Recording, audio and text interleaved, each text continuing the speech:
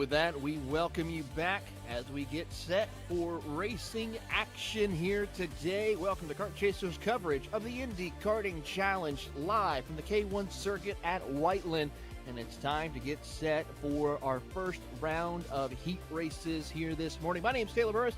Alongside me is Justin Prince as we get set to go racing. Qualifying has just been completed, and we'll soon give you your starting lineup for today's action here today with our Micro Mini Swift category that's about to head out onto the circuit here.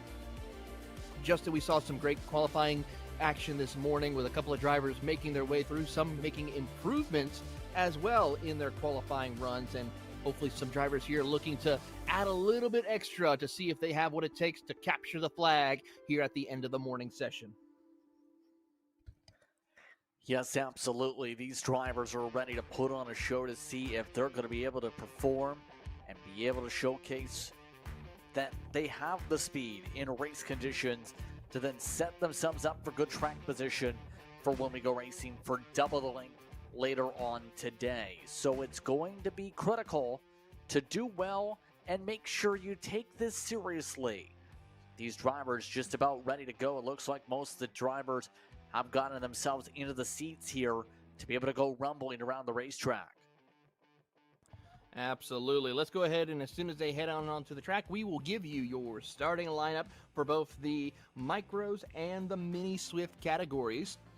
As there we see drivers then getting ready to fire engines. The gates will be open. Time to release the carts here, moments short notice, as we should be heading out. Today is also ready racing, so as long as there's no major pickup or anything like that, once all the carts exit off the track, that next group of carts will head out and make their way around the circuit to kick off another round of events here today. One driver, a little bit of a straggler coming up behind here, almost late for his race as he makes his way through. I see another driver also out of his cart here. As they get the neck braces on, make sure all the helmets are tightened down. Safety is a key and critical point when it comes to motor racing, especially for our future superstars of the sport.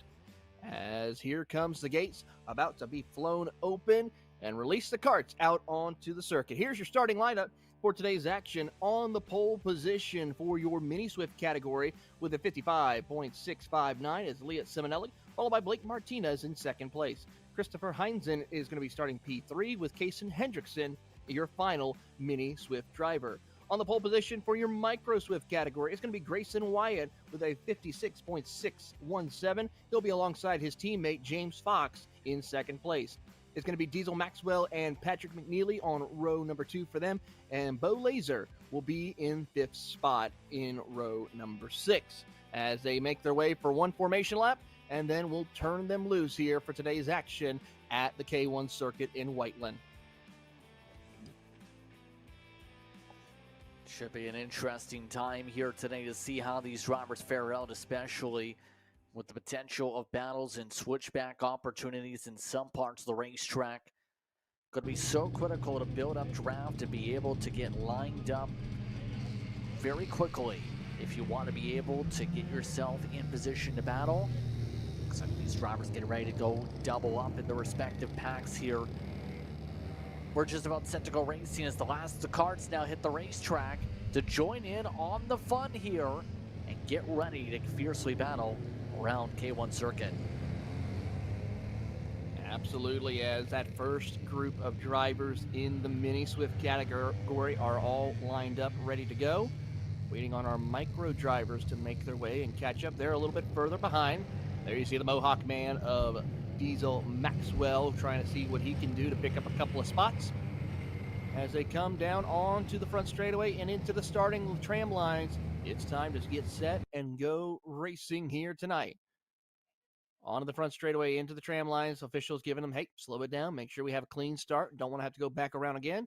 And into the tram lines we go, and green flag is out, and we're racing here in heat races for Micro Minis, and already drivers negotiating and sorting themselves out as they come through that triple apex here of turns number 4 and 5 here as they snake their way through, heading into the first of the doubles, then into that first of 2 hairpins that they have to negotiate before heading down the back straightaway. Everyone just trying to make sure they have no issues with the right of line section. A bit of a slow line coming out from Martinez. Martinez under attack as they make their way to the chicane.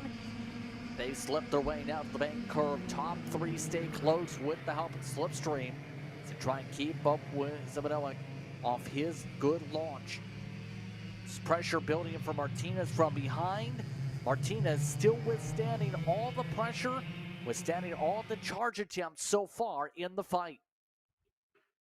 Zimonelli has bumper of him as they try to negotiate through this corner so far. Meanwhile, in the micro swift, James Fox was able to get around his teammate of Grayson Wyatt to take over the race lead as they come up to that first of two hairpins, snake their way through out of that, and already Zimonelli just starting to stretch it out, but Martinez gets a great run. He's got a little bit of help from the toe and help from Hendrickson as they make it through the bus stop, up the Daytona banking they will go before down over into that hairpin as we pick up Grayson Wyatt as well as James Fox, who are in a fight looking to try to break into the overall running order further up as they caught Christopher Heinzen.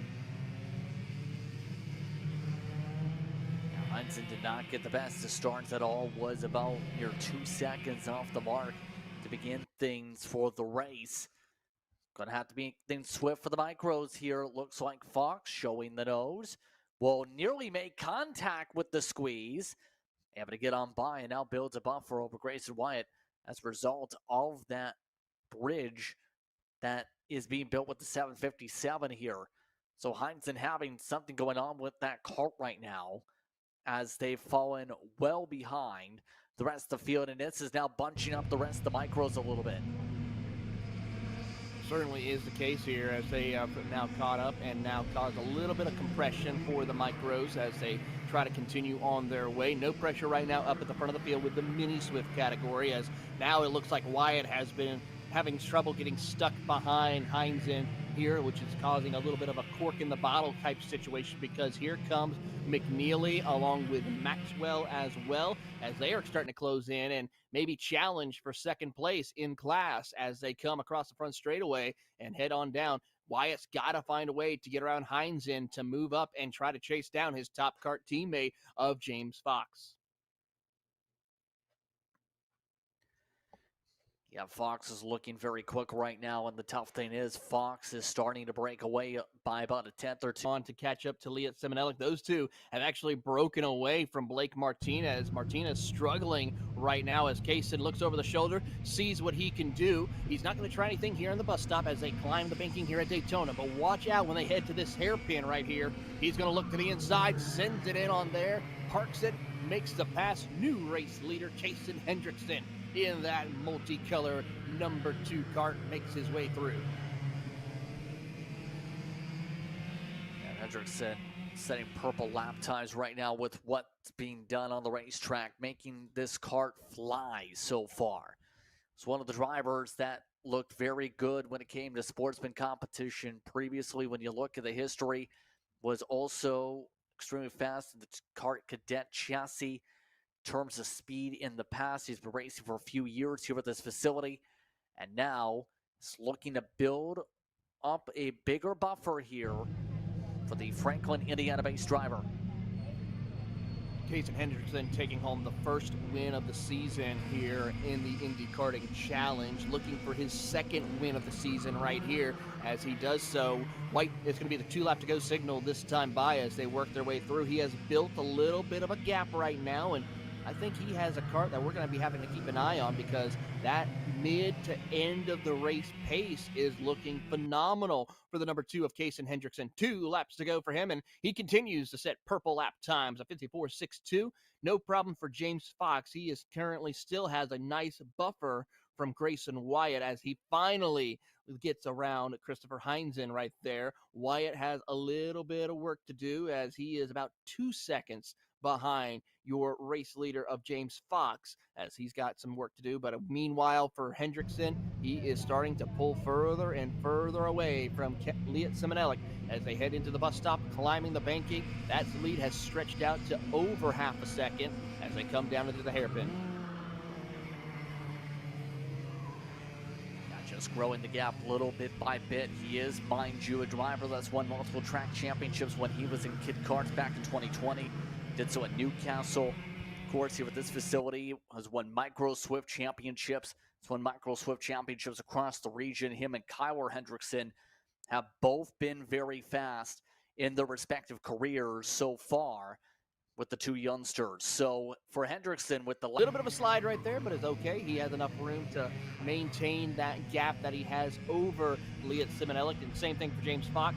No pressure for him whatsoever as he continues to charge his way through, heading out of the final couple of quarters. Jason Hendrickson wins your mini Swift category, and as we wait for the rest of the field to come across the line, James Fox should come across.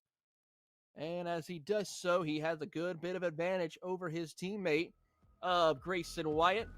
Grayson Wyatt did pick up a little bit of time, picked up 4/10 on him at the end, but just ran out of racing time in order for him to catch up. But it's James Fox and Jason Hendrickson, your two winners in the micro and mini Swift categories. Yeah, Fox, I think it's going to be difficult to beat here today. Hendrickson has raw speed in that kart. Obviously, you had something going on during the qualifying session that they still had to work on the kart, but even though they didn't put up a time, even though they had to start basically 4th out of the 5, or 4th out of the kart in line, Hendrickson still showed raw ability and pace to be able to pull away from the rest of the field. But the next group into drivers, 206 medium, they're going to have a busy time as their field is filled with drivers. It really is, Justin. It's going to be a stacked lineup for our competitors here in the 206 medium. And as they do so, here is your starting lineup here today. He's looking to get another win this weekend. Adam Maxwell on the pole position with a 57.818. He's going to start alongside Braden Heber, championship competitor, with Levi Wilbur in row number 2 alongside Evan McCorkadale. Those three are your championship competitors we're going to be watching here today. Row 3 will see Nicholas Nossman alongside Caden Wharf. And then in row 4 is Gage Justiano and Andrew Goldman. Row number 5 will find Robert Carroll and Reed Esslinger, who will round out your top 10. Nick Patton and Mike Haymaker will start in 12th with no time as they get set for their heat race here today. It's going to be an interesting race to see how things shape up, especially with Levi Wilbur breaking up essentially your top 3 on raw speed so far on the weekend.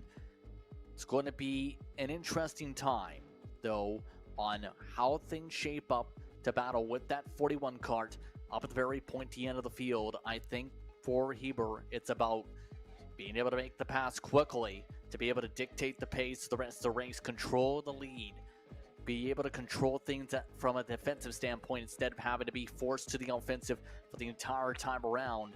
We'll see if that ends up living to the equation for the Blue Warrior up in second.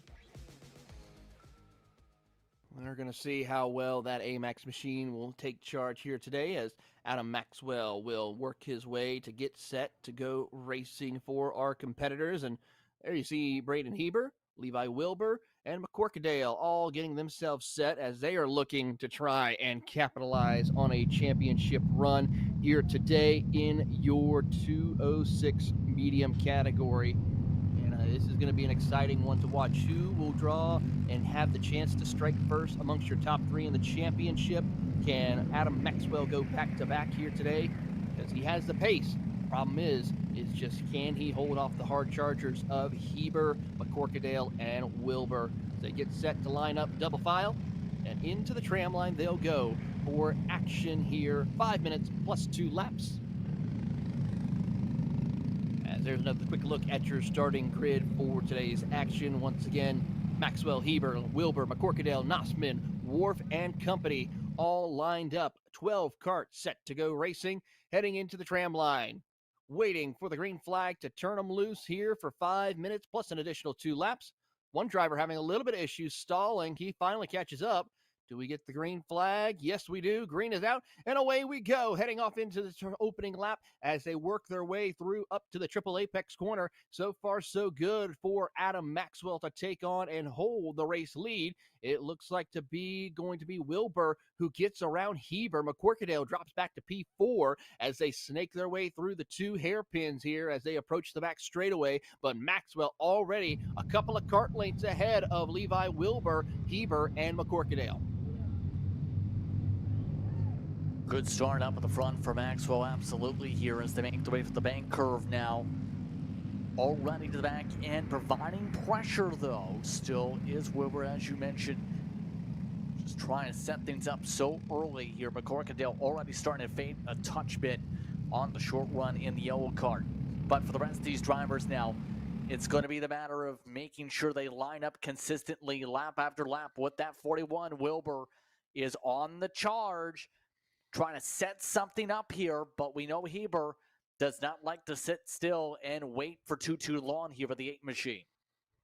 He certainly does, but the problem is we saw it yesterday for Braden Heber. He would make a pass on maybe one or two karts within a start of a lap, but by the end of the lap, he would be then back to the position he was at the start of the previous lap. So it's kind of weird how often it happened for him, but here comes Wilbur with a big head of steam as he will push Adam Maxwell, trying to see if him and Wilbur can pull away from Heber and McCorkadale as they come out of the hairpin. Heber gets a great run, though. He'll start to apply pressure to the back bumper of Levi Wilbur as they snake their way through the infield section. McCorkadale and Nossman has joined the party. We have ourselves a five-horse race heading down the front straightaway, heading across the start-finish line, and Nossman setting fast lap of the race as he's right there at the tail end of the draft. Yeah, and I believe was one of the drivers that was in that line starting to have a bit of issues off the beginning there. Doing well, keep up this time. Just trying to push. Seems to be sliding the tires a little bit, though, and going a little bit wide on those corner entries to apexes. That's what's costing him a little bit of ground here compared to some of the errors with that different apex line. All of this as well.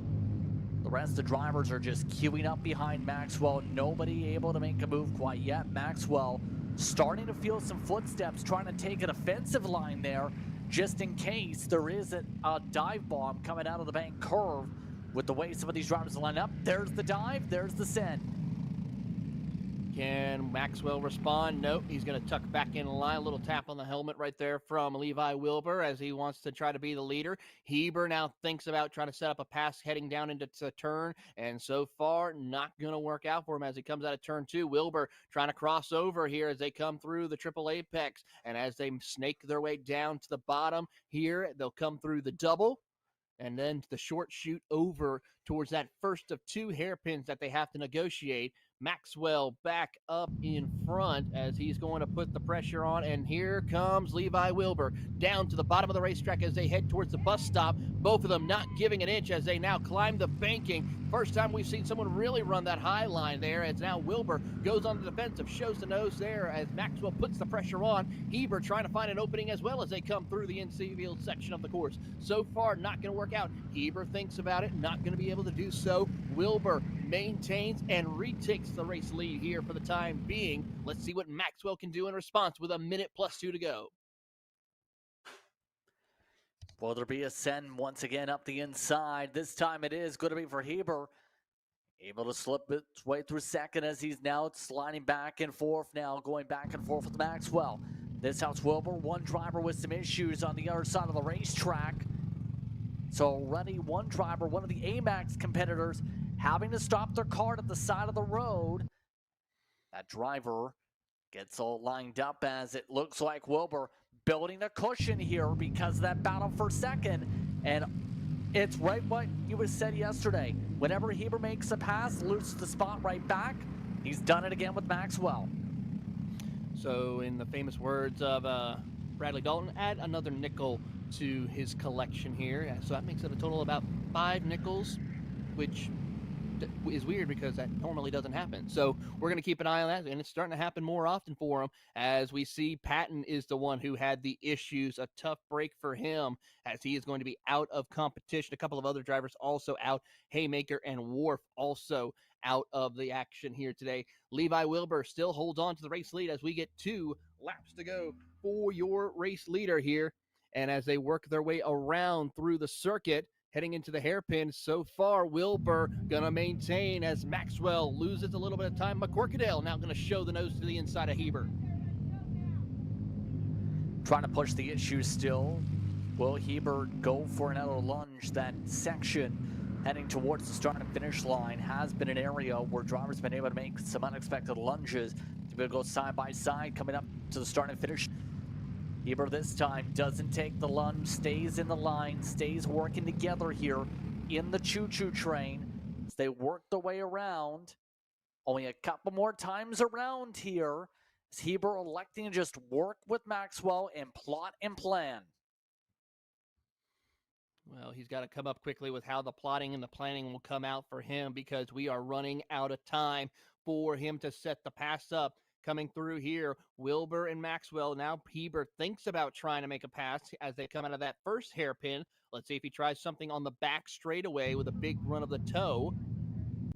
So far, not working. He'll make a little adjustment right there as he tries to get through the bus stop, climbs the banking of Daytona. He might have something here as they head into the hairpin. Not close enough, though. McCorkadale stays right on his back bumper as well as Wilbur comes around into the infield section of the course, snakes his way through and looking to try and lead on the white flag and take a heat race victory here today. White flag one more time around.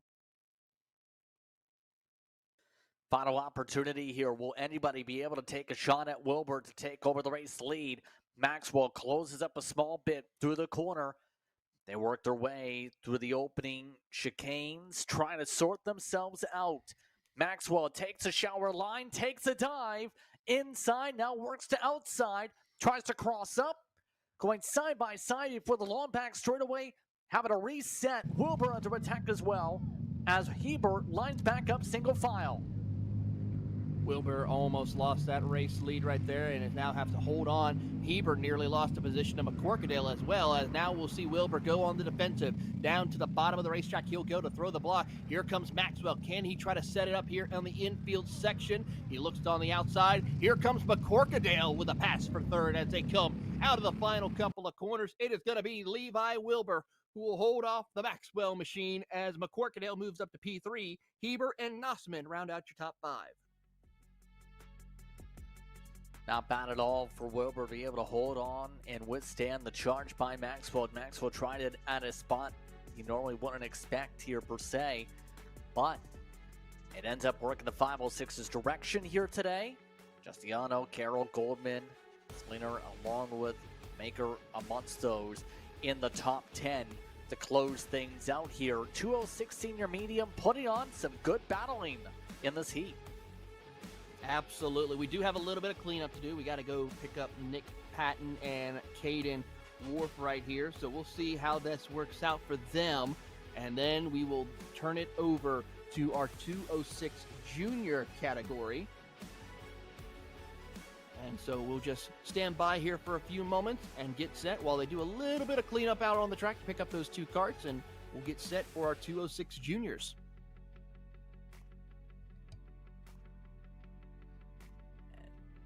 Just going to be a matter of getting the cleanup together, as you said.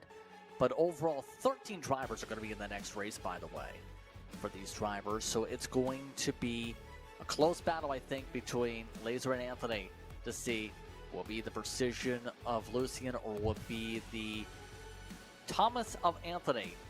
I wasn't sure where to go with that punt, but you get the point. They're the front row. Well, let's just say Lucian Laser is going to be the laser pointer for today's action here, and everyone else will be the cat that will try to chase him.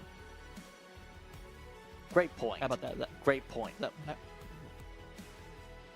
So here's your starting lineup for it. Lucian Laser will be your pole sitter with a 57.800. Thomas Anthony will be in second place. Row 2 will see Jordan Latham and Nico Santos. Row 3 will find Parker Dunn and Tyler Turner in sixth position. Row 4 will find Maximus Seward, followed by Maxon Cleve.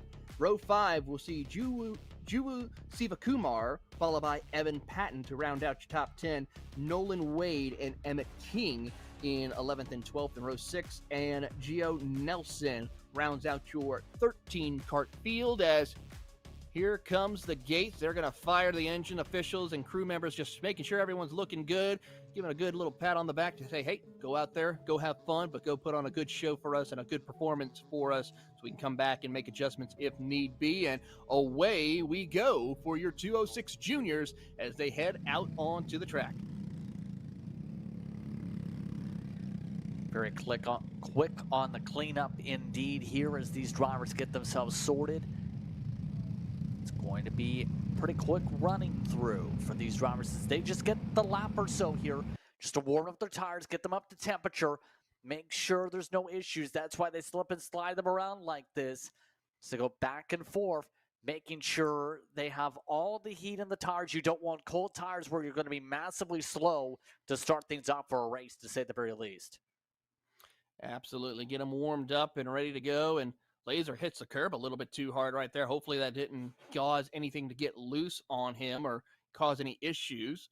But he's going to get going and get himself ready to go. But we'll keep an eye on Laser. As I saw him just hit that curb and it got a little bit airborne briefly, but he will continue on in that bright red suit. He's even looking like a laser pointer with that bright red suit he's got on. It pops with the color scheme as you see the grid one more time here to be able to sort out which kart is where. Laser gonna be on that what will be inside line by the time to get the start zone. Anthony running with the white kart up at the front of the field. You have Lapham, who's going to be in the black, and it's a white and orange for Nico Santos here amongst that top four if you match up the color schemes correctly here in that regard. So we'll see how they go. I think Lapham's actually lined up on the front row here instead, pardon me. We'll see here as they come on to the start straightaway. Green flag is out. And looking on to see Laser will hold on. And I saw a hand go up right there for Laser. Don't know what happened there as one driver falls multiple spots back as they come through into this start of the race. Did we get the green flag? It shows we got the green flag, so we are racing. Wait from officials. No yellow flags are showing, so we're going to keep going. Everyone just single filed out and making sure to match up the numbers there. Indeed, things looking strong to start things off with the top two. As they are able to get a great launch over everybody else. The 112 machine, that is Lapham, can confirm, who did start on the outside there. And then it is Laser, who is in that 8 kart, numbered 800 on your screens here, who's up there. So Lapham got the start up there. Thomas Anthony, I think, got placed down in 10th in the running order, if I've seen the details correctly. Something happened to Anthony where he's now charged to 6th after originally being grid slotted for outside front row. Yeah, interesting situation right here as there you see Latham, and we're going to keep an eye on Thomas Anthony, who's got quite a bit of work to do as he currently sits P6 here on this second lap as they work their way through the 2 hairpins, and he's got quite a bit of work to do as he's already trying to work his way into the top 5. Good information on why that was the case there after originally that grid having a certain way, but Lapham is doing a good job bumping and banging. Got to get a little bit careful with that. Don't want to cause an incident with that little itsy bits of contact to the front nose cone. Right now, Lapham just trying to force Laser to make a mistake here, but nothing doing. The top 2 has to work together here to make sure there isn't a massive close-up by Parker Dunn and Nico Santos. Parker Dunn didn't have a great final yesterday, had a couple of issues and pretty much had a DNF almost for the most part, but was able to recover nicely so far this morning with a good run up towards the 3rd position here in his heat race as he's trying to catch up to the tail end of Lapham. He's got some help from Nico Santos, but Thomas Anthony barreling down on the 2 of them here pretty quickly with 2.5 minutes plus 2 laps to go. Still waiting on word on the situation there, but the top 2 gonna have to work fast. Anthony is far back and away, 4 seconds behind. I'm gonna be using that as a barometer though, the rest of the run, to see where that pace is truly in the case of the 317 kart here today. Still 2 minutes to work with for these competitors to make the way down the front straightaway off to turn 1. They rumble. Laser slams through, slides the rear tires. The battle is on for third. Dunn having to go defensive. Santos took a small peek into the opening corners. He certainly did. As Thomas Anthony sets fastest lap of the race, he is coming up on these top four competitors. The problem is, I think he's just going to run out of time, as here comes Santos trying to look around, go the outside route, could not make it work, and sets himself up to see what he can do heading down the bus stop into the bank corner of Daytona. So far, not working in his favor. He'll stay tucked up behind the number 7 Kart Republic of Parker Dunn. Cannot find his opening here, as he'll try to go to the outside, cross over to the inside of that AMAX machine, as he tries to find his way through, but cannot find the opening to get around. Parker Dunn being very smooth and consistent to hold off the competition as they come across the line. A minute plus 2 laps to go, and already Thomas Anthony picking up another half a second or a second on his competitors, 1.4 behind Nico Santos. He may try to catch up and break in further into the top 3, but I think that might be all she wrote for the driver of Thomas Anthony.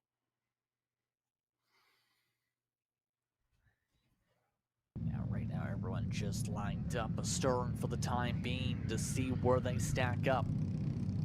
Going to be close if we get 3 laps or 2 by the time we get the start and finish line here with the way things are shaping up for these drivers. But Anthony in the final is going to be a threat. 57 5s.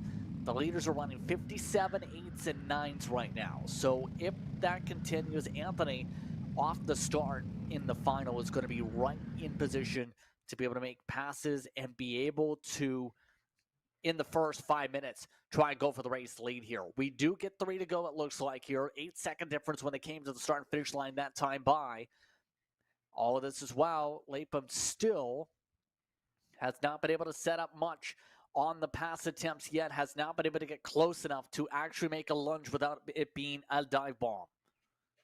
Yeah, he's trying everything, but he wants to make a clean pass to get around Laser here, as that laser pointer is just working his way around the circuit, trying to just hold on, tuck of a helmet right there, as they head through the bus stop, climbs the Daytona banking. Right here, can we see a pass set up for Latham in the hairpin? No, he's going to stay behind, and Thomas Anthony, well, he has caught Santos and Parker Dunn, and he's got 2 laps to work with to get around both of them. That's going to be a problem for both Latham and Laser, because he's going to be starting right behind those 2 when we go feature racing later on this morning. Here they go, 2 laps to go, and Thomas Anthony already clears Nico Santos and sets his sights on Parker Dunn. Yeah, now it's going to be how quickly does Anthony now make that patch. You see him in the backdrop right now. Lap traffic ahead. Lap traffic moves quickly. That's Gio Nelson. As Nelson nearly spun it out in front of 3rd and 4th place. Able to hold on to it, though, as the top 2 still stay separated out by a couple kart lengths amongst the 2 of them. Latham's been able to close up a fair bit with the slipstream, especially with the help of the bank curve here, to keep pretty close amongst these 2. But nothing has been doing to be able to do any moves here this entire run for that 112 machine. Yeah, Latham has just struggled to try to just find the opening he needs to get around Laser, as Parker Dunn is able to hold off Thomas Anthony for the time being. As here comes Thomas Anthony to the bottom of the racetrack. He will try, and I think he might have cleared Parker Dunn for that spot in 3rd position. Yes, he has. He is up to P3 and now tries to see what he can do in half a lap to close the gap between himself and your top 2. And that's what I'm going to be curious to watch, to see how quickly he can close that gap, because that's going to be a good telling sign of what he can do with that kart later on today. Yeah, it's sizing things up here, but look at this. Lapham now has a chance for a run. Defended well by Laser as they make their way through the final corners.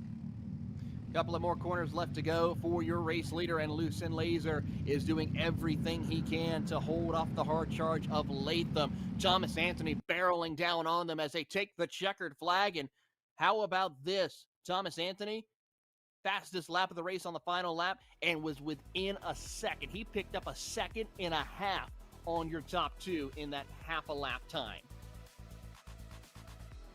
That is amazing. 6/10 quicker on the final time around for the best laps difference, but the overall pace had dropped to the 58s because of the battle. Anthony, I think you could pencil in potentially as the favorite to win in the final later on today if the pace continues here. Evan Patton, by the way, we mentioned amongst those in the championship fight, did recover from a poor qualifying effort to get the 6th, but 12 seconds back. We'll see what happens in the final for that 361 camp. Absolutely. Well, it's time for our second multi-class event. It is the Supermasters and the Legends heading out onto the track. Here's your starting lineup. It's Brian Williams, who's starting on the pole with Travis Wilbur, your front two for the Legends category. William McLaughlin will be your pole sitter for the 206 Supermasters with Chris Stillwell in row 2. Richard LeMasters, Chris Whitaker, Mark Kirk, and Tom Stevens round out your 8-car field. And I think we have a couple of more. I'll double check here once we get themselves situated. I believe Tom Stevens actually got a DSQ according to their time breakdown, so that's why I believe Stevens is listed last amongst those grid slots, by the way. That card originally had been, out of the Legends drivers, the 3rd highest in the session, so obviously something happening in the tech line for the 124 to be shuffled to the back here.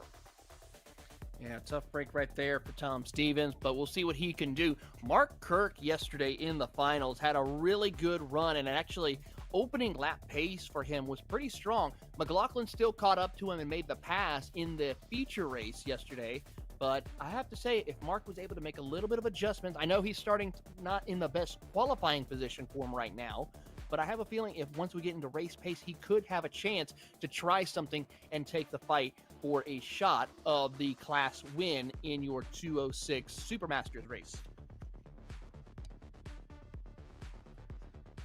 And there's a lot of intriguingness that I think is going to happen once again for some of these drivers here. I'm curious about where Travis Wilbur does.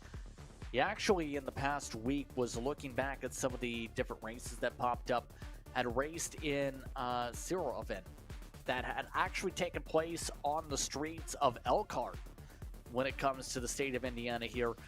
So just coming off a busy time racing in the streets of some of the towns here in the state of Indiana amongst that series. And I will say, from what I've seen and the energy levels from drivers, racing on the streets just hits different in karting. It certainly does, Justin. In fact, we have a couple of big street karting events that are happening here pretty soon as well.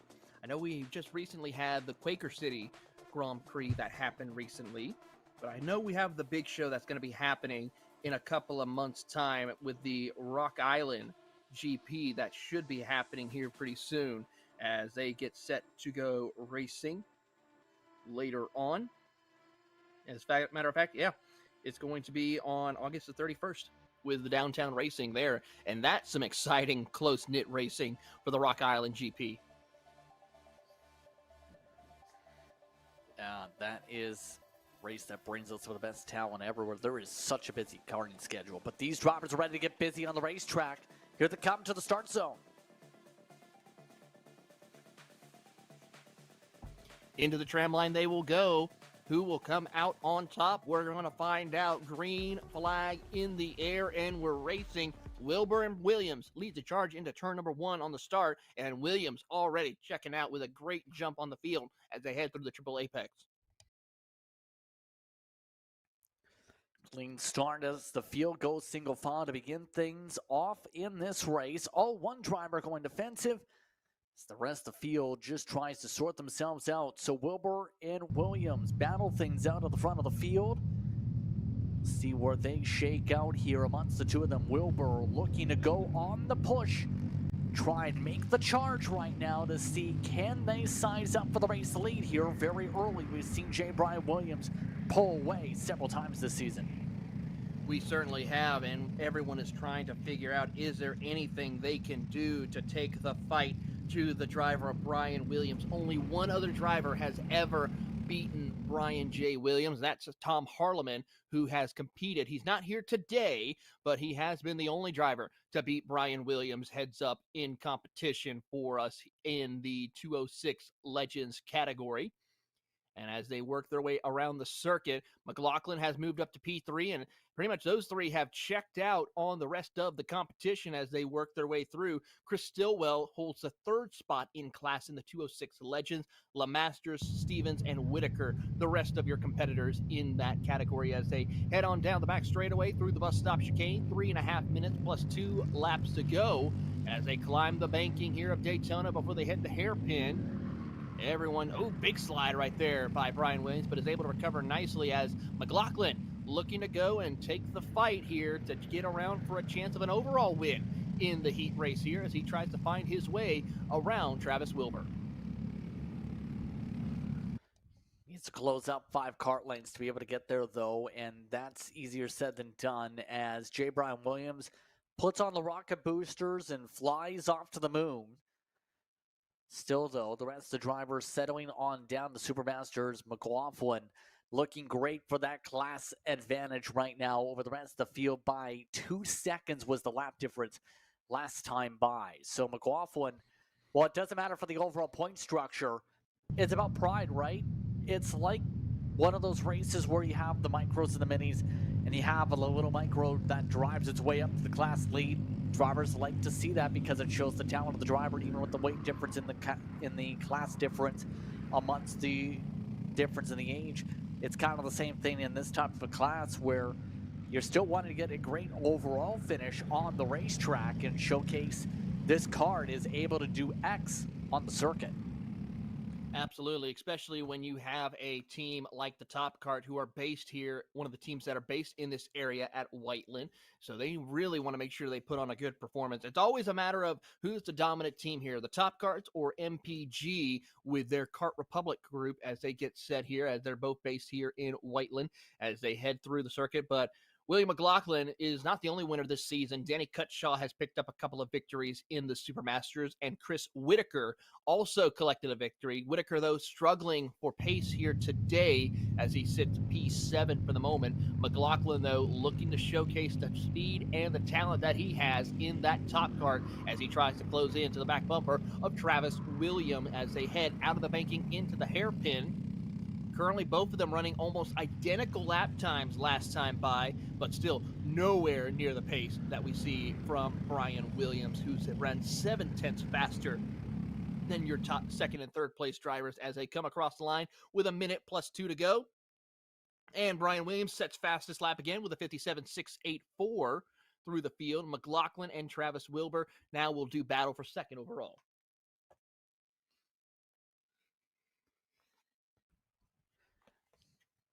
Yeah, right now it's going to be the matter at this point on where the dive comes on down for McLaughlin. Because McLaughlin, on the average speed barometer, looking at the pace right now, is quicker by a couple tenths. But the problem is going to be actually making the move here if they so choose. And it, as mentioned, can be a pride thing when it comes to picking up the overall spot. There's also the other side of the coin that can come up here, Taylor, and that's showing respect to a driver of, do you need to make the pass? Do you want to make the pass? Do you want to force the issue? If it's done cleanly, I think it's fair game. But it's all some things that might come to the mind of McLaughlin here as he looks to try and maybe make the move pretty soon here as we come around 3 to go. 4 seconds, 3, 2, 1. Next time by, we'll get the popsicle sticks. 2 laps to go for your field of drivers as they work their way around the circuit here. So far, so good. We're going to keep an eye on this battle for second overall. Everyone else kind of has separated themselves from the rest of each other. There is a battle for 6 between Whitaker and Stillwell in different classes, though. They're both in separate with the Legends of Stillwell and the Supermasters of Whitaker, who has just moved up to P6 as we watch McLaughlin try to close the gap on Travis Wilbur as he makes the run out of Daytona into the hairpin. Not going to work out for him this time as they climb up the hill a little bit, heading into the infield section to get the popsicle sticks up 2 laps to go. Here comes a big run from McLaughlin, though. He gets the opening, maybe, shows the nose. Can't quite make it work, though. Will stay tucked up behind Wilbur. Popsicle sticks, 2 to go as they cross the line. Yeah, McLaughlin now starting to hit a brick wall, trying to make this move here if they want to do it. Taking a small dive to the inside, testing it out. Not close enough to be able to get alongside with the door slammed shut by Wilbur. Wilbur's doing a very good job just driving his line, keeping focused here with these small little pokes right now that McLaughlin's been trying right here. Last time by was a tenth quicker. McLaughlin is going to need a full lap just to be able to close back up here and reset. You saw him not have a good corner entry on that hairpin that led to the back straightaway right there. That caused him to slow up significantly and lose all of that time that he had on Travis Wilbur right now. I think now he's just going to settle in. He knows he has a good lead over the next Supermasters driver of Richard LeMasters by a significant margin. So he's just got to close it up here. White flag one more time around as here comes Brian Williams looking to pick up another victory here this season, looking for win number 6 or 7 actually on the docket. He picked up the 6th win of the season for him yesterday. And as he works his way around the circuit, Brian Williams, absolutely stellar drive for him here today. We'll probably see him later on in the 206 Masters division competing out there. And we saw him pretty much put on a great show for him yesterday as well, as he tries to go for 2 wins today. But in the Supermasters and Legends division, he's looking to sweep the weekend once again here at this great track at the K1 circuit in Whiteland. Out of the final corners, comes across the line. Brian Williams wins in 206 Legends for your heat race. We'll wait a couple of seconds for Travis Wilbur and William McLaughlin as they come across the line. McLaughlin wins in 206 Supermasters. Dominant efforts in the class structure overall here today. J. Brian Williams just, once again, proving why that kart's so quick. But McLaughlin doing a really good job once again. Raw speed there by 2 seconds a lap over Richard LeMasters in the average.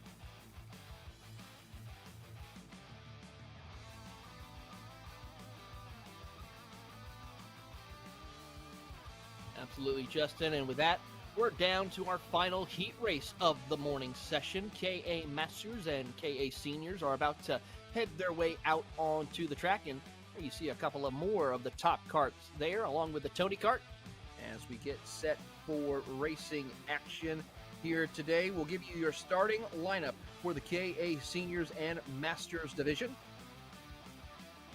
And it goes such as this. On the pole position, with a time of a 51.423 in the top kart, it's Mr. A.J. Lunn. Alongside him in the Tony Kart, Dane Van Dyke.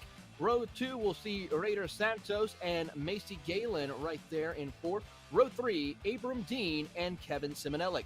Row 4, rounding out the field in the senior category, is Eric Estrada and Joshua Nelson, rounding out in row number 5 with his positioning as the only KA Masters driver. Open up the gates, release the karts, and away we go for action in your final heat race of the morning session. And then we have a few moments to take a 10-minute break, and then it's time to give out the trophies this morning for your feature races here today on Kart Chaser. And the field now getting the opportunity with the gates opening up, just waiting for one more signal on the racetrack. It's with the officials just waiting. Some of the drivers just making their way off the racing surface, but they get the full command to go here. KA Masters and KA Senior Heat Race. And we've seen some dominant performances here today. AJ Lunn and Dan Van Dyke could be on top of each other when it comes to the speed in this race. So depending on what happens here, we'll have to keep an eye on if they're going to go back and forth here, or if we start to see a runaway. As the gates are fully open, command is there to go. It's time to go racing here for one of our feature categories, the KA Seniors and the Masters division, as we'll watch them get set for their warm-up lap and then turn them loose.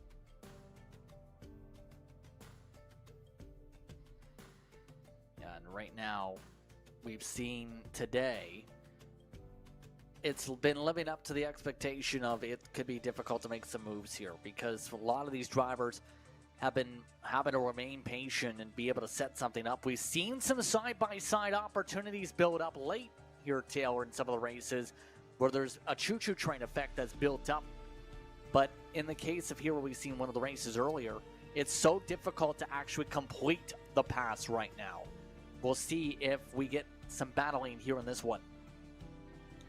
Certainly going to see some great battling here indeed. And of course, we want everyone who is in the Indiana area, if you want to come out here and race some incredible kart racing action, please come on out here to this great circuit. We would love to see more drivers competing in the final few rounds of our categories that we'll see racing here today. You will go head-to-head with some of the future superstars and current stars of the national and regional karting championships, as well as here at the club of the K1 circuit in Whiteland, as we get set to wrap up the morning heat races for the Indy Karting Challenge, round number 8. AJ Lund in the top kart looking to take on another victory here today against Dane Van Dyke, who's going to try to say something different about it, as he will lead the charge heading into the tram line, side by side, waiting for the green flag. Karts ready to rock, roll, and rumble here at Whiteland. Green flag is out, and already AJ Lund gets a great jump on the competition as he will lead the charge heading through the triple apex here of turn 3 and 4 at the start of the race as they work their way through, heading into the double before setting up for the first of 2 hairpins before heading down the back straightaway. A couple of drivers trying to jockey around for position as a couple of them make contact. Battle for second, though, as they come down the back straightaway side by side for Galen, as well as Dane Van Dyke and company as they work their way through the bus stop, climbing the banking as Dane Van Dyke will hold second place. Big advantage, though, for Lund as a result of how that battle started things off there in the race. 36. Santos tries to maintain in the choo-choo train for now. Big advantage for Lund as a result. Dan Van Dyke able to withstand everything so far as a result of those charges right now. But this is going to be where the true test is for the kart. For Van Dyke, if he's able to close up such a big gap here of already nearly half a second, full second, if that pace is there, it will be a big thing for the race later on today where things are going to be tight by the final.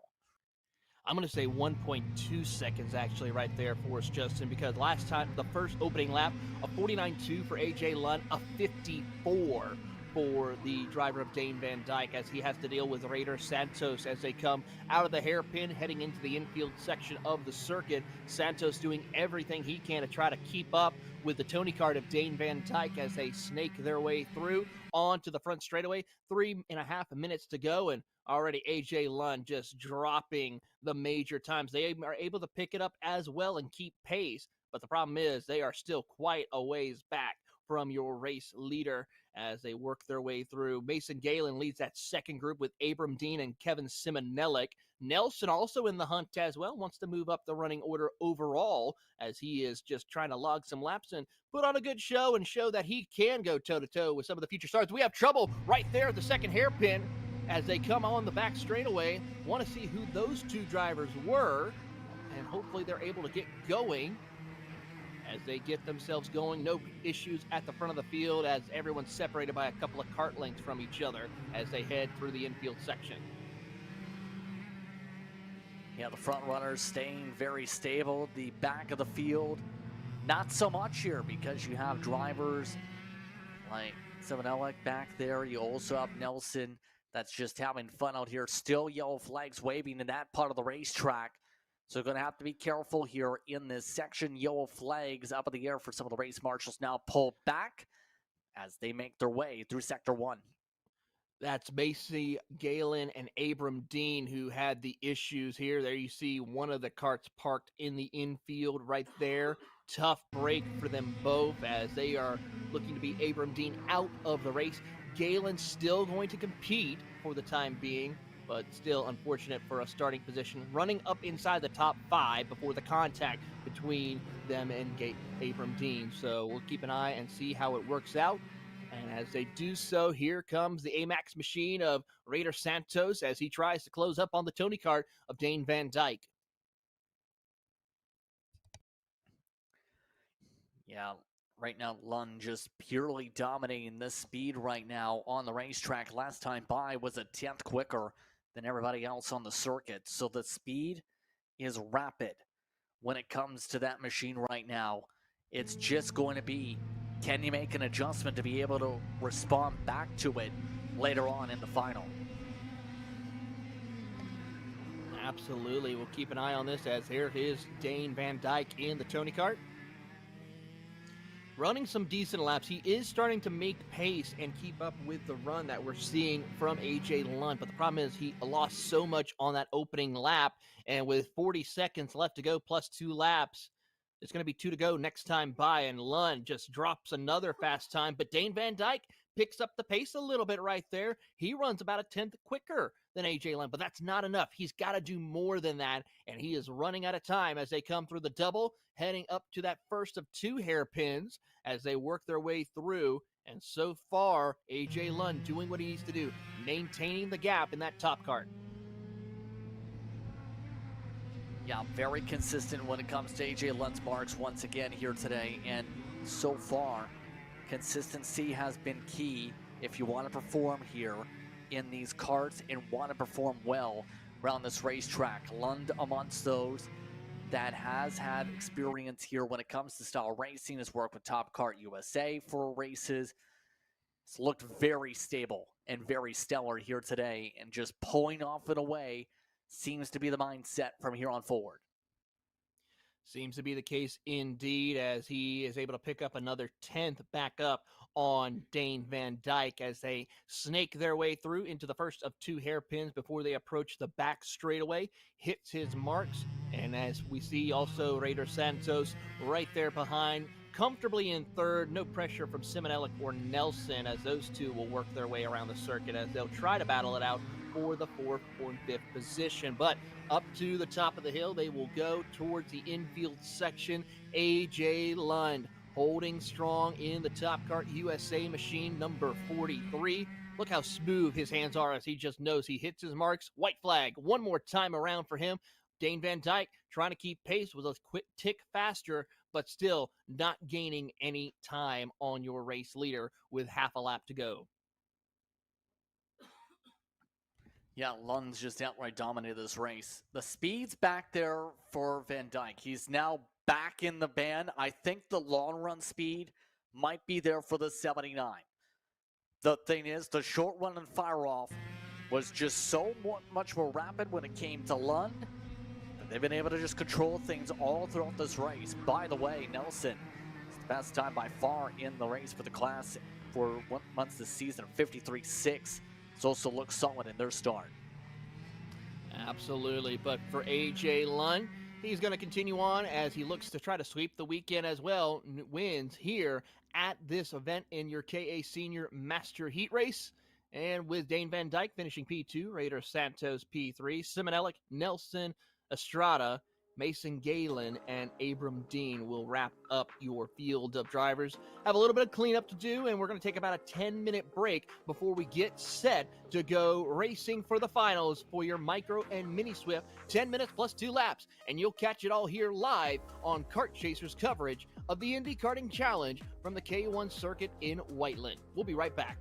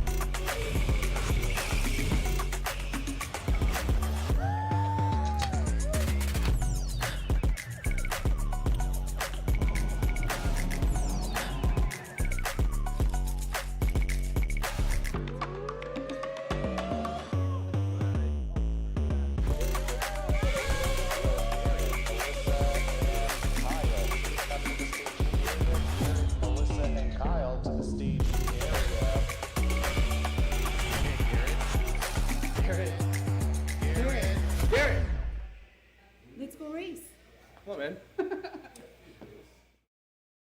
This is Henry. Henry feels sad. Henry feels sad because it's time for his next big race and his go-kart is in bits. Henry doesn't know that Acceleration Kart Racing is the United States' #1 shop for all of your karting equipment needs. Henry also doesn't know that Acceleration Kart Racing can deliver anything from tires to race suits and even wheels directly to your front door or to the racetrack itself, quickly and efficiently, with tech support available 6 days a week. Poor Henry doesn't even know that Acceleration Kart Racing offers free shipping to mainland USA on selected product if you spend $200 or more. Do yourself a favor. Go to accelerationkarting.com and make sure that you are never left stuck on the pre-grid with Henry. Be smart and don't be like Henry. All the way up to the finish line. Who is it going to be? It's Sean Perez, who wins in Crescent. Ty Fisher wins $1,000 in KA100 Junior. Alex Stanfield played it perfectly here, told him to wait. Stanfield wins the Duffy in 2024 for TV Karts. Amarillo Kart Complex is now the official distributor for TV Kart in the continental U.S. Become a dealer today.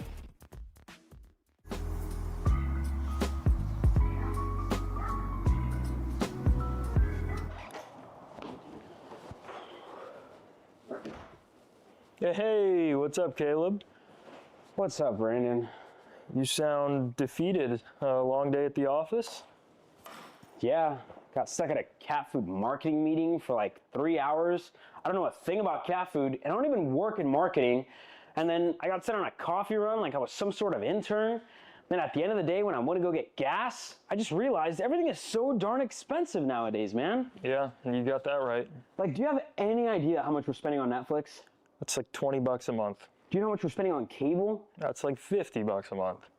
But you know what isn't expensive? Tell me. Kart Chaser Premium. For only $9.99 a month, you can watch all of the American karting action live from coast to coast. Subscribe and become a member today.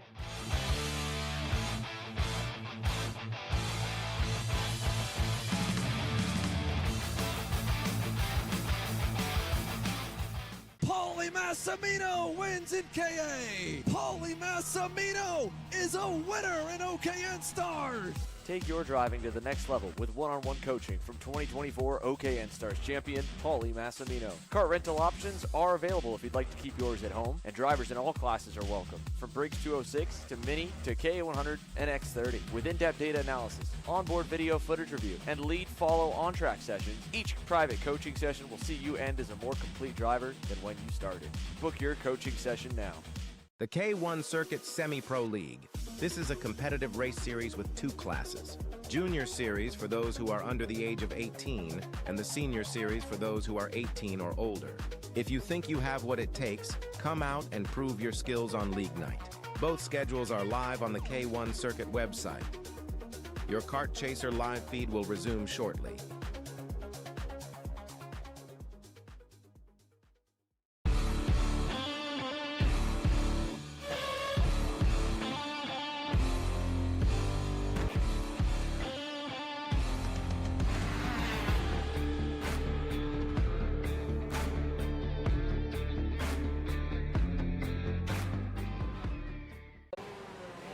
Brandon, why are there all these charges for just over $200? I'm tired of all this Brandon business, okay? Brandon this, Brandon that. Why are there all these expenses on AKR over $200? We know, okay? Take a walk with me. At Shop AKR, they have everything you need to start racing at a very cheap and affordable price. They have MXC rims, they got chains, electrical stands, tilt seats, they got MXCs. And if you didn't know, on top of that, any purchase in the continental US over $200, that's free shipping. Hey, aren't you supposed to be in the AKR Anonymous meeting over there? Dude, I'm doing a commercial. Dude, we have no time. It's about to start. Stop. We all love Shop AKR. Me? More than others.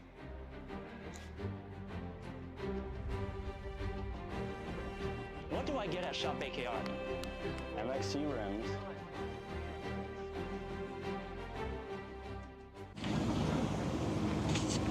Kyle, Whoa, what are you doing? It's got my new Greyhound seat. You don't even have a cart. Doesn't matter. I have a Greyhound. Who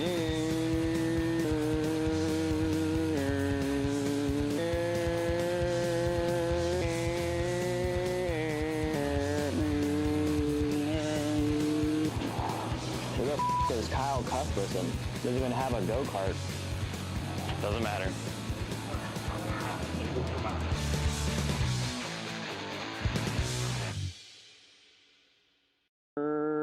Cuthbertson through on Turney. Turney in the dirt.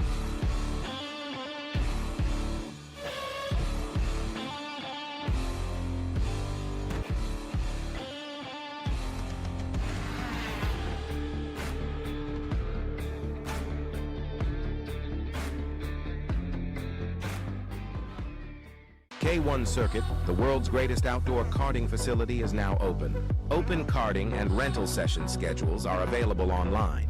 Rentals will resume today after the race event at 5 p.m. Thanks to Kart Chaser for live streaming the event at K1 Circuit, your coverage will resume shortly.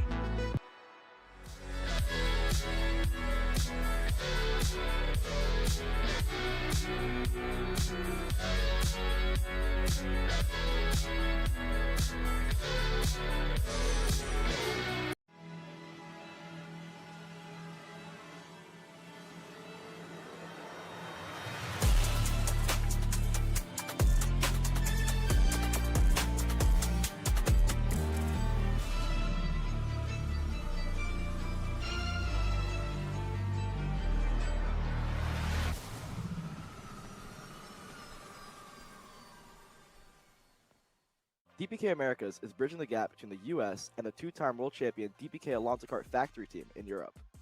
In partnership with Team Binnick, they offer drivers a complete career path from the Americas to Europe that allows them to continue their driver development on both sides of the world, all underneath the DPK umbrella.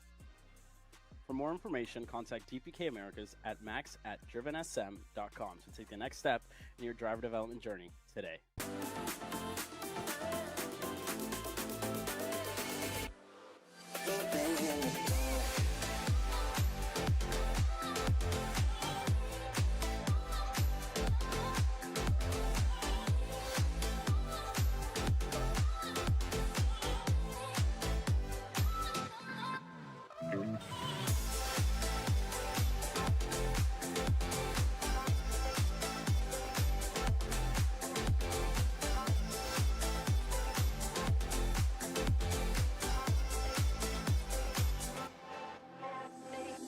Are you ready to get behind the wheel?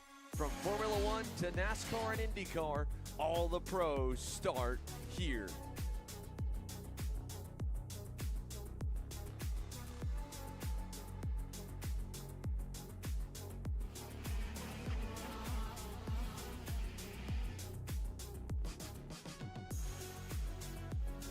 For more information, check us out online at mcckarting.com or call us and go racing today.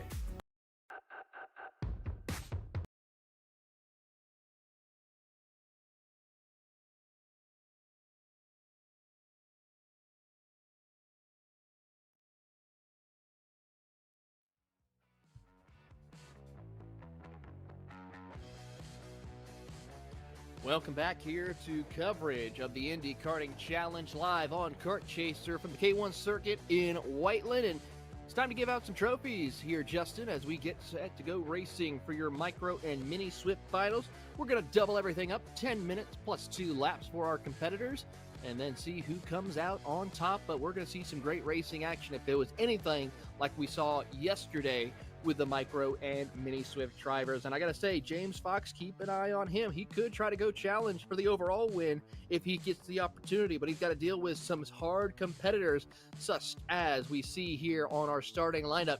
Kason Hendrickson and Leah Simonellik on the front row, with Blake Martinez and Christopher Heinzen in row 2. Row 3 will find James Fox and Grayson Wyatt, Patrick McNeely and the Mohawk Man Diesel Maxwell in row 4.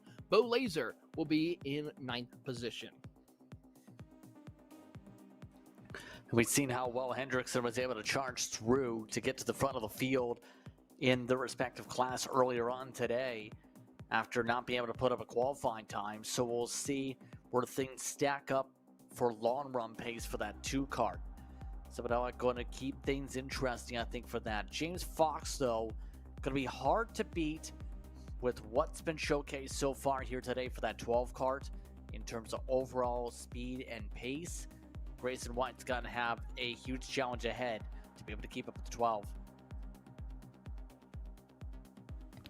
Absolutely. Grayson Wyatt did have a couple of good runs yesterday in both this category and the 206 cadet category that he competed in yesterday, but James Fox just could not be denied victory as he's looking to sweep all 4 categories that he entered in here today, and looking to do so as they come out and out for their formation lap here and get set to go racing. We're happy to have you with us here on Kart Chasers coverage of the Indy Karting Challenge, as we will have a full day of racing here. Once we wrap up the finals here today of this morning session, we're going to take about an hour and a half lunch break, and we'll be back for qualifying for the afternoon session for our 206 categories in Sportsman and Cadet, our 206 Masters, our 206 Senior Light Division, and I believe we'll also have one more category, our 206 machines. Mostly it's 206 competitors that are competing, and then a KA Junior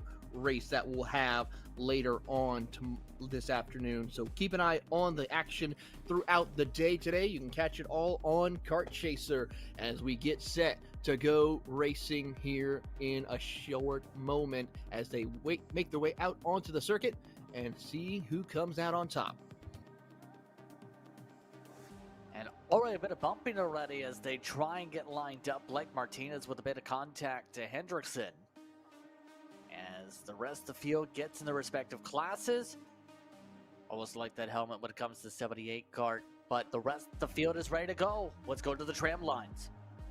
Into the tram line they go, and already lined up. Almost a couple of drivers had to stack up. We get the green flag, though, and away we go. Case and Hendrickson already getting a good jump on the field as they'll battle for third position. James Fox gets ahead of his teammate of Grayson Wyatt as well for the race lead in the micro category as they work their way up to the double hairpin and make their way through. They'll snake on their way through the track, and so far, big time lead coming from Kevin Simonelik and Kason Hendrickson as 2 karts go around here. Who are they? It's a Tony Kart and the number 80 of Bo Laser and the 38 of Patrick McNeely. A tough break for the 2 competitors here in your micro category as already Hendrickson and Martinez have moved up the spot. Yeah, already Martinez pushing forward so far to begin this run. We've seen good pace from that 38 throughout the campaign, already trying to get aerodynamic, try and close up to Hendrickson if possible. But that 2 machine, a rocket to start, 1 second quicker to begin this race, absolutely flying. He is on and setting the pace here today. Kason Hendrickson has already pulled out by a significant margin, over a second right now, as, little pass for position here between Leah Simonelik and Blake Martinez, as Martinez now has to fight his way back through in that Fernando Alonso kart, as he tries to now poke and prod his way back up into second after losing it to Simonelik on the back straightaway. Heading into that hairpin right behind, you see Heinzen and Fox now also about to do battle, as he is trying to break further up the running order to challenge the mini drivers as they come through the double S's. Down the back straightaway they will go, and on to leading start-finish line. 8 minutes plus 2 laps, and a 2-second advantage for Hendrickson over Simonelik. Yeah, right now Simonelik, I think, is at this point going to be able to pull forward as Laser's having more issues. Racing the contact earlier, now the 80 machine having to stop again. Not the greatest of runs for those 2 karts that had the incidents early on, as they'll be likely finishing up towards the back of the field. All while Martinez tries to get focused up. You can see the body language. Simonelik pushing extremely hard as they zip on by traffic.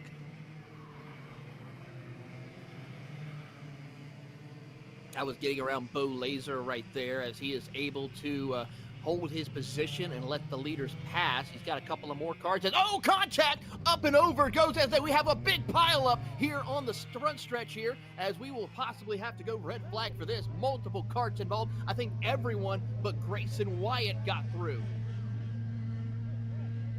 My goodness, as obviously not looking at the angle because of the fact people climbed on top of their carts there. Multiple crew members sprinting around, and pretty clearly this race is going to come to a stop here. There are several carts locked together and stopped on the racetrack. Several parents, several crew members sprint on the circuit.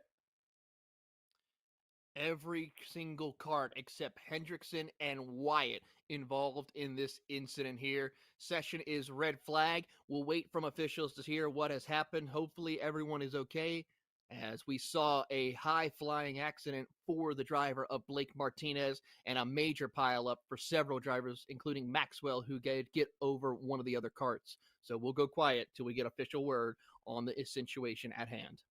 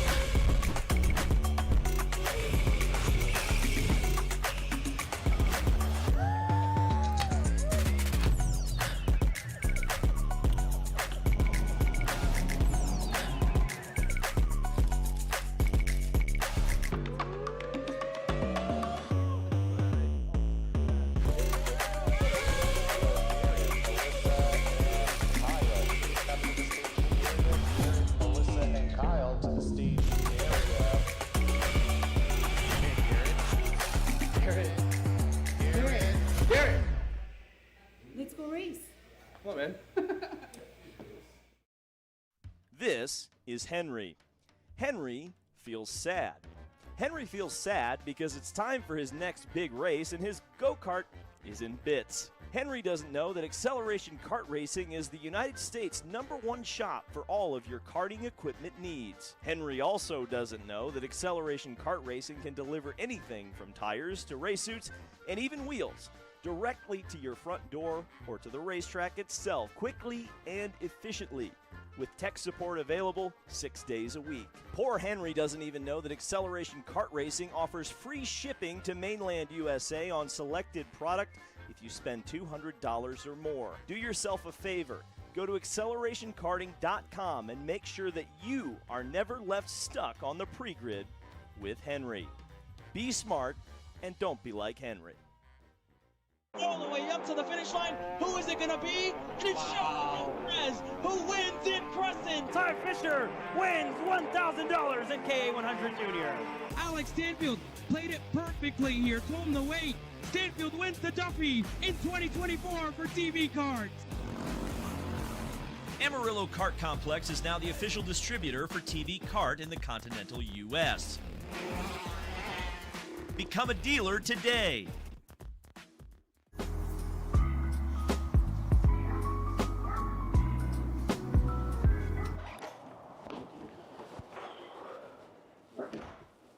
Hey, what's up, Caleb?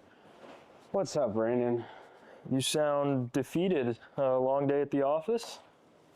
Yeah, got stuck at a cat food marketing meeting for like 3 hours. I don't know a thing about cat food, and I don't even work in marketing. And then I got sent on a coffee run like I was some sort of intern. Then at the end of the day, when I went to go get gas, I just realized everything is so darn expensive nowadays, man. Yeah, you got that right. Like, do you have any idea how much we're spending on Netflix? That's like $20 a month. Do you know how much we're spending on cable? That's like $50 a month. But you know what isn't expensive? Tell me. Kart Chaser Premium. For only $9.99 a month, you can watch all the American karting action live from coast to coast. Subscribe and become a member today.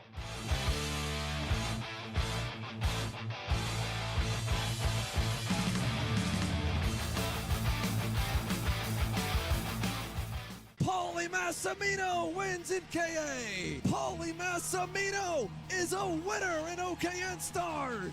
Take your driving to the next level with one-on-one coaching from 2024 OKN Stars champion Paulie Massimino. Kart rental options are available if you'd like to keep yours at home, and drivers in all classes are welcome, from Briggs 206 to Mini to KA100 and X30. With in-depth data analysis, onboard video footage review, and lead follow on-track sessions, each private coaching session will see you end as a more complete driver than when you started. Book your coaching session now. The K1 Circuit Semi-Pro League. This is a competitive race series with 2 classes. Junior Series for those who are under the age of 18, and the Senior Series for those who are 18 or older. If you think you have what it takes, come out and prove your skills on League Night. Both schedules are live on the K1 Circuit website. Your Kart Chaser live feed will resume shortly.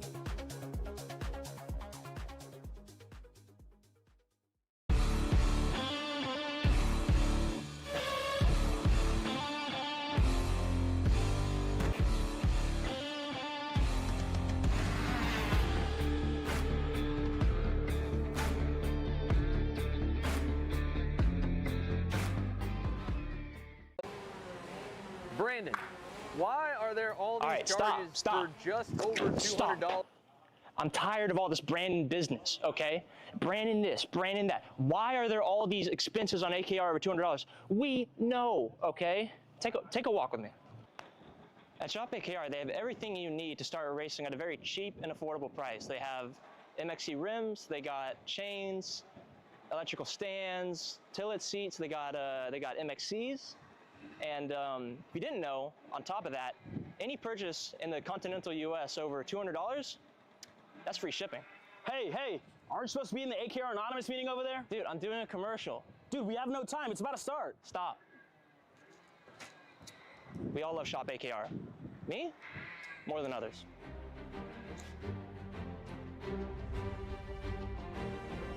What do I get at Shop AKR? MXC rims.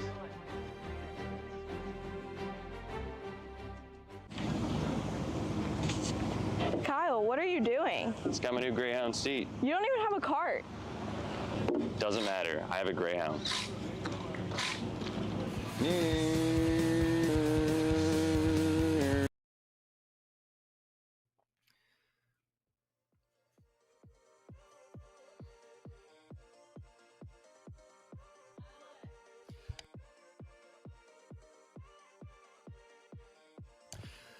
Well, we welcome you back here after that red flag session that has just wrapped up. We can confirm all drivers are okay. Thank goodness to hear that after that scary incident that we saw with Blake Martinez and Adam Maxwell. Running order is going to go as followed. The 757 machine that we see here on the track heading out, as well as also the rest of the field that we're seeing here. Kason Hendrickson along with Leah Simonelli, Blake Martinez, the 5 machine of Grayson Wyatt, the 12 of James Fox, and others will be able to rejoin the track with 2 minutes to go. It's a restart here, and that is how it will look. So we'll have a total of 4 cars competing here in this. Hendrickson, Fox, Wyatt, and McNeely. Simonelli, Martinez, Heinzen, Maxwell, and Laser out of the race. So a tough break for several drivers, but good to hear everyone is okay. Yeah, that's the bright side in that situation, especially when you have someone flip and then you have air carts on top of each other in that situation. Definitely a scary spot to have happen with live traffic. But Hendrickson, at this point, on the way to a victory, there's only 1 mini, 3 micros remaining as a result of that incident. So it's an interesting one, to say the very least. Definitely one that's going to be in the memory logs of many with what happened here today for this first race. Yeah, from what I was able to see, looking over a quick little replay on the situation, it was between Leah Simonelli and Blake Martinez. It looked like Simonelli did not get a good run off corner exit, which allowed Blake Martinez to get around the outside of him, which then caused Martinez to come up, Leah Simonelli come up as well, both of them making contact, which sent Blake Martinez off the racetrack and ending up end over end briefly. But for the rest of the field, when we saw Simonelli have his cart turned sideways, no one able to check up in time to avoid the contact. Yeah, right now the field just trying to finish things out as the clock just got added some more time on the board. There was a bit of runoff, I noticed, originally when the red flag situation had popped up, so it looks like they've now corrected that to go the full length of the clock here. Still have a few moments to be able to regather. Right now, James Fox, looking comfortable, has actually been able to pull the gap even bigger than I think what it was previously, already 1.2 seconds up. And as we take a look, Bo Laser, who is 1 lap down right now, he is also on the track. So we have a total of 5 karts still left to compete, but it's just only 1 mini. It's pretty much now just a micro race for the most part between James Fox and Grayson Wyatt. Those two will battle. It's about a 1.1 second gap between those two at the time being, but I think it might have extended even further. There you see the gap between your top 2 in the micro category.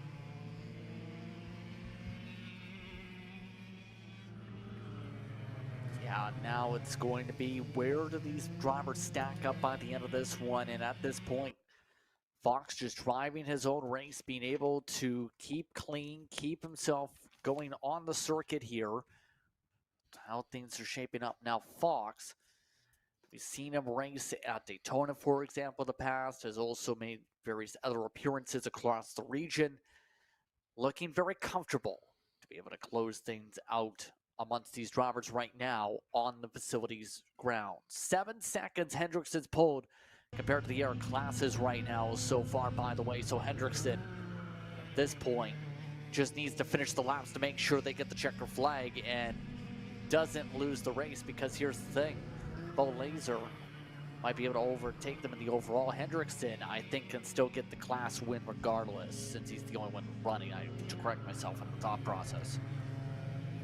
Yeah, Bo Laser is not really in contention. He's in the micro category, a lap down already. Really, it's just going to be keeping an eye on the micro Swift category to see who will come out on top between Fox and Grayson Wyatt. Those two could have a chance to battle it out. Right now, the gap, though, is starting to extend from Fox to Wyatt by about 1.7 seconds. So, unless something happens to Fox's machine, I don't see Grayson really making a charge to catch and pass his top kart teammate.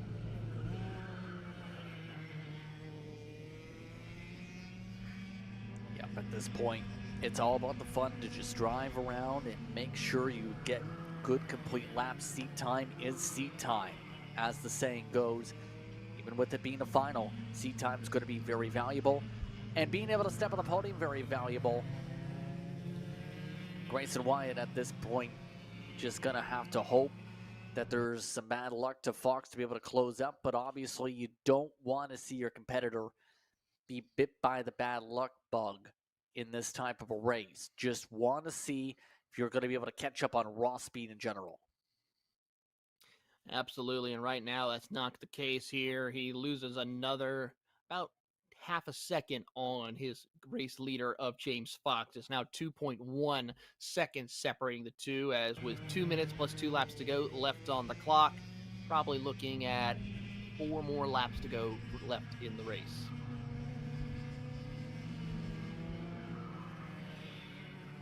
An interesting time to say the very least here today. Now, one thing to note, you see a bit of sand that's built up at the top of the hill. One of the things noticed when it comes to K1 circuit announcements, they did mention previously that when it comes to that, the track is green, was a little dirty when it came to some of the testing when they with the reopen bank turn, when they had karts running up there on the 7th. Now, if you beach into the gravel, they consider your session over. So you have to be careful that you don't accidentally go too high at that part of the racetrack and end up in the beach. Yeah, you don't want to do that here at Daytona as we work our way through the S's. Once again, up the double hairpins.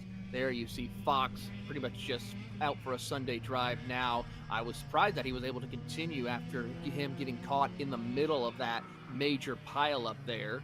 Grayson was able to get through, no problem. But so far, James Fox continuing on with his run.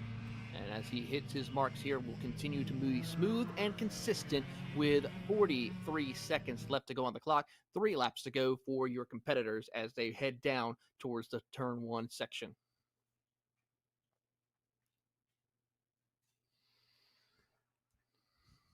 Keeping it smooth with how things are going is the key.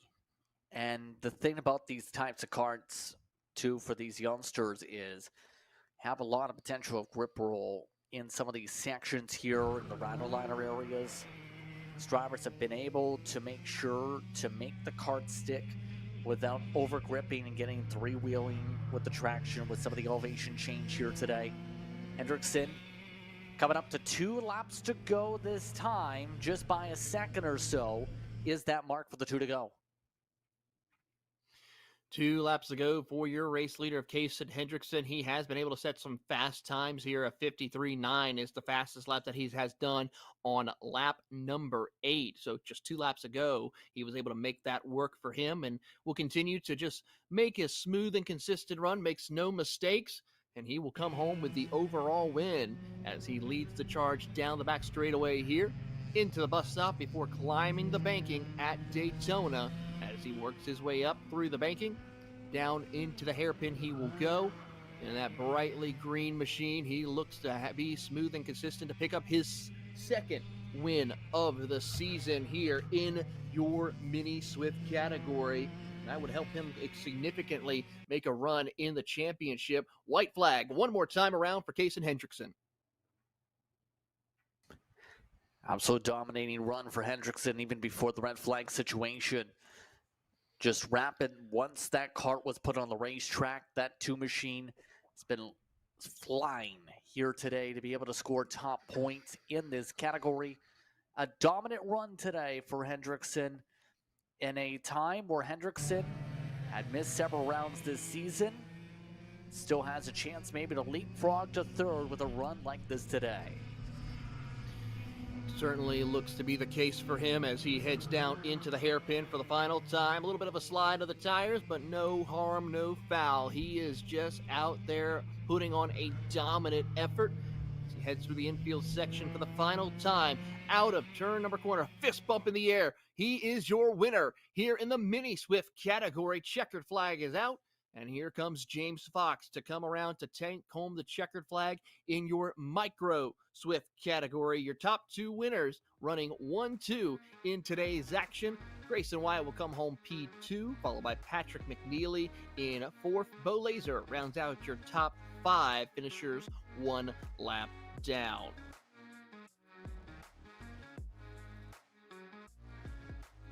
Yeah, and that race was a very interesting one with the red flag situation, to say the very least now.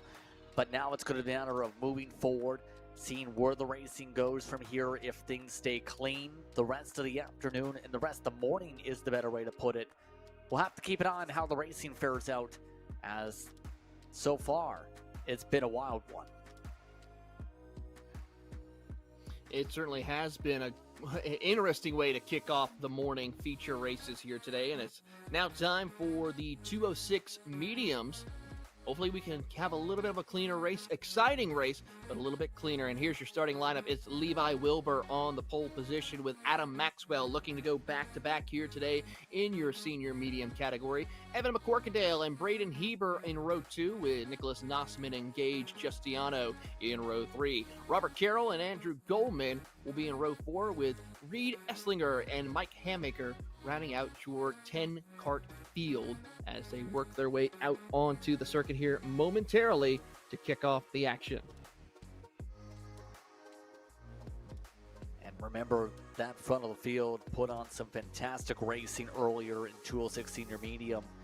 A lot of back and forth. Heber going to be an interesting one, and he's going to be able to make some passes that actually stick in this run.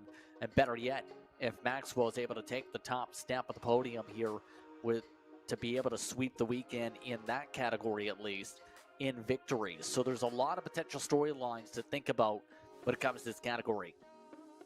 A little bit of issues, looks like, over there in the staging lane as you see some of the AMAX members taking a look at Adam Maxwell's kart. Something seems to be amiss for him. If we can maybe remove the grid graphic right quick, I want to see if we can take a look and see what's going on for Adam Maxwell in that number 41 AMAX machine. Yeah, looking like they're checking on something vividly, multiple different crew members, and now it looks like they're trying to fire it up. There they go. Now they got it fired up and ready to go. Talk about a chaotic moment right there on the grid just before they released them out onto the circuit. It would have been a big issue, especially for your defending race winner this weekend of Adam Maxwell, as he will come out on the circuit. We'll have to keep an eye on that number 41 machine. Make sure he can go the distance here today as they'll come around to start their warm-up lap and get set to go racing for 10 minutes plus 2 laps. Forgot to mention Caden Ward also on the track. Yeah, I was about to say, I'm curious how intense this fight is going to get. The top 5 seem to be all in the same ballpark on pace. It's going to just come down to how composed are you going to be with some of these attacks that will come in, especially in the final sector. Some intense fighting should be ensuing in this class today. They make their way over to then start to double up. Officials, there you see Wilbur give a little bit of a hand signal, let them know, hey, it's time to slow up, time to double up and get set to go racing for 10 minutes plus 2 laps. There's a quick look once again at your starting lineup again. Wilbur, Maxwell, McCorkadale, Heber, Nossman, Justiano, Carroll, Goldman, Esslinger, Hammaker, and Worf, your 11-kart field. As there you see Caden Worf in the AMAX machine as they make their way into the staging lane. Everyone looks good, line to stern, 2 by 2. Let's go racing here in 206 senior medium. green flag is out, and away we go. And already Maxwell a little bit behind because Levi Wilbur takes the jump and leads them heading into the first corner. And now through the triple apex they will go. And so far it is working in their advantage as now Maxwell drops back. McQuirkadale picks up a couple of spots to P3 as Heber drops back multiple spots as he is trying to fight on and hold that spot as they're 3 wide heading into the second hairpin. Heber could drop back as far as 6th position as McQuirkadale and Maxwell and Wilbur lead the charge heading up to Daytona. A chaotic start for Heber, to say the very least. We've normally seen him towards the front in whatever classes he's run. He's able to bounce back to 4th at the very least, stay in front of Justiano, who's had a decent start to this race. But the rest of the field staying single file for now as they try and stay packed up together. Maxwell trying to find a way to close up. Corkadale losing a bit of ground down the straightaway for reference, but seems to have the cornering speed to be able to close up more rapidly, seems to have the gearing more balanced for cornering speed than it is for end of straight line speed. It seems to be the case here as there you see McQuirkadale closing up that kart quite well. And as they come through the S's up through here on that first and second hairpin onto the back straightaway. Really good run off corner exit for Wilbur. McQuirkadale trying to stay in the tow as Heber starting to close back in as they start to decompress a little bit out of Daytona. They'll then compress back down as they come out of the hairpin. Heber gets a big run, gains a little bit of time as Justiano and Nossman have to try to work together to see if they can keep up with your top 4.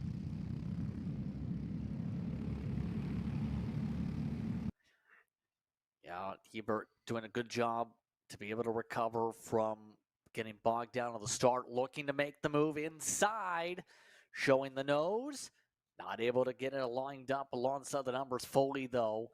So Heber is trying to poke around. I think Heber's quicker than McCorkadale raw speed-wise.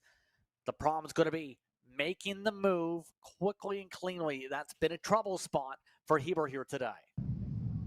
It certainly has. Heber seems to try to make that pass, and then he'll end up losing a couple of spots and then has to go back at it once again on the back straightaway to get back around him and losing time as he now puts some pressure on McCorkadale here as they come into the hairpin.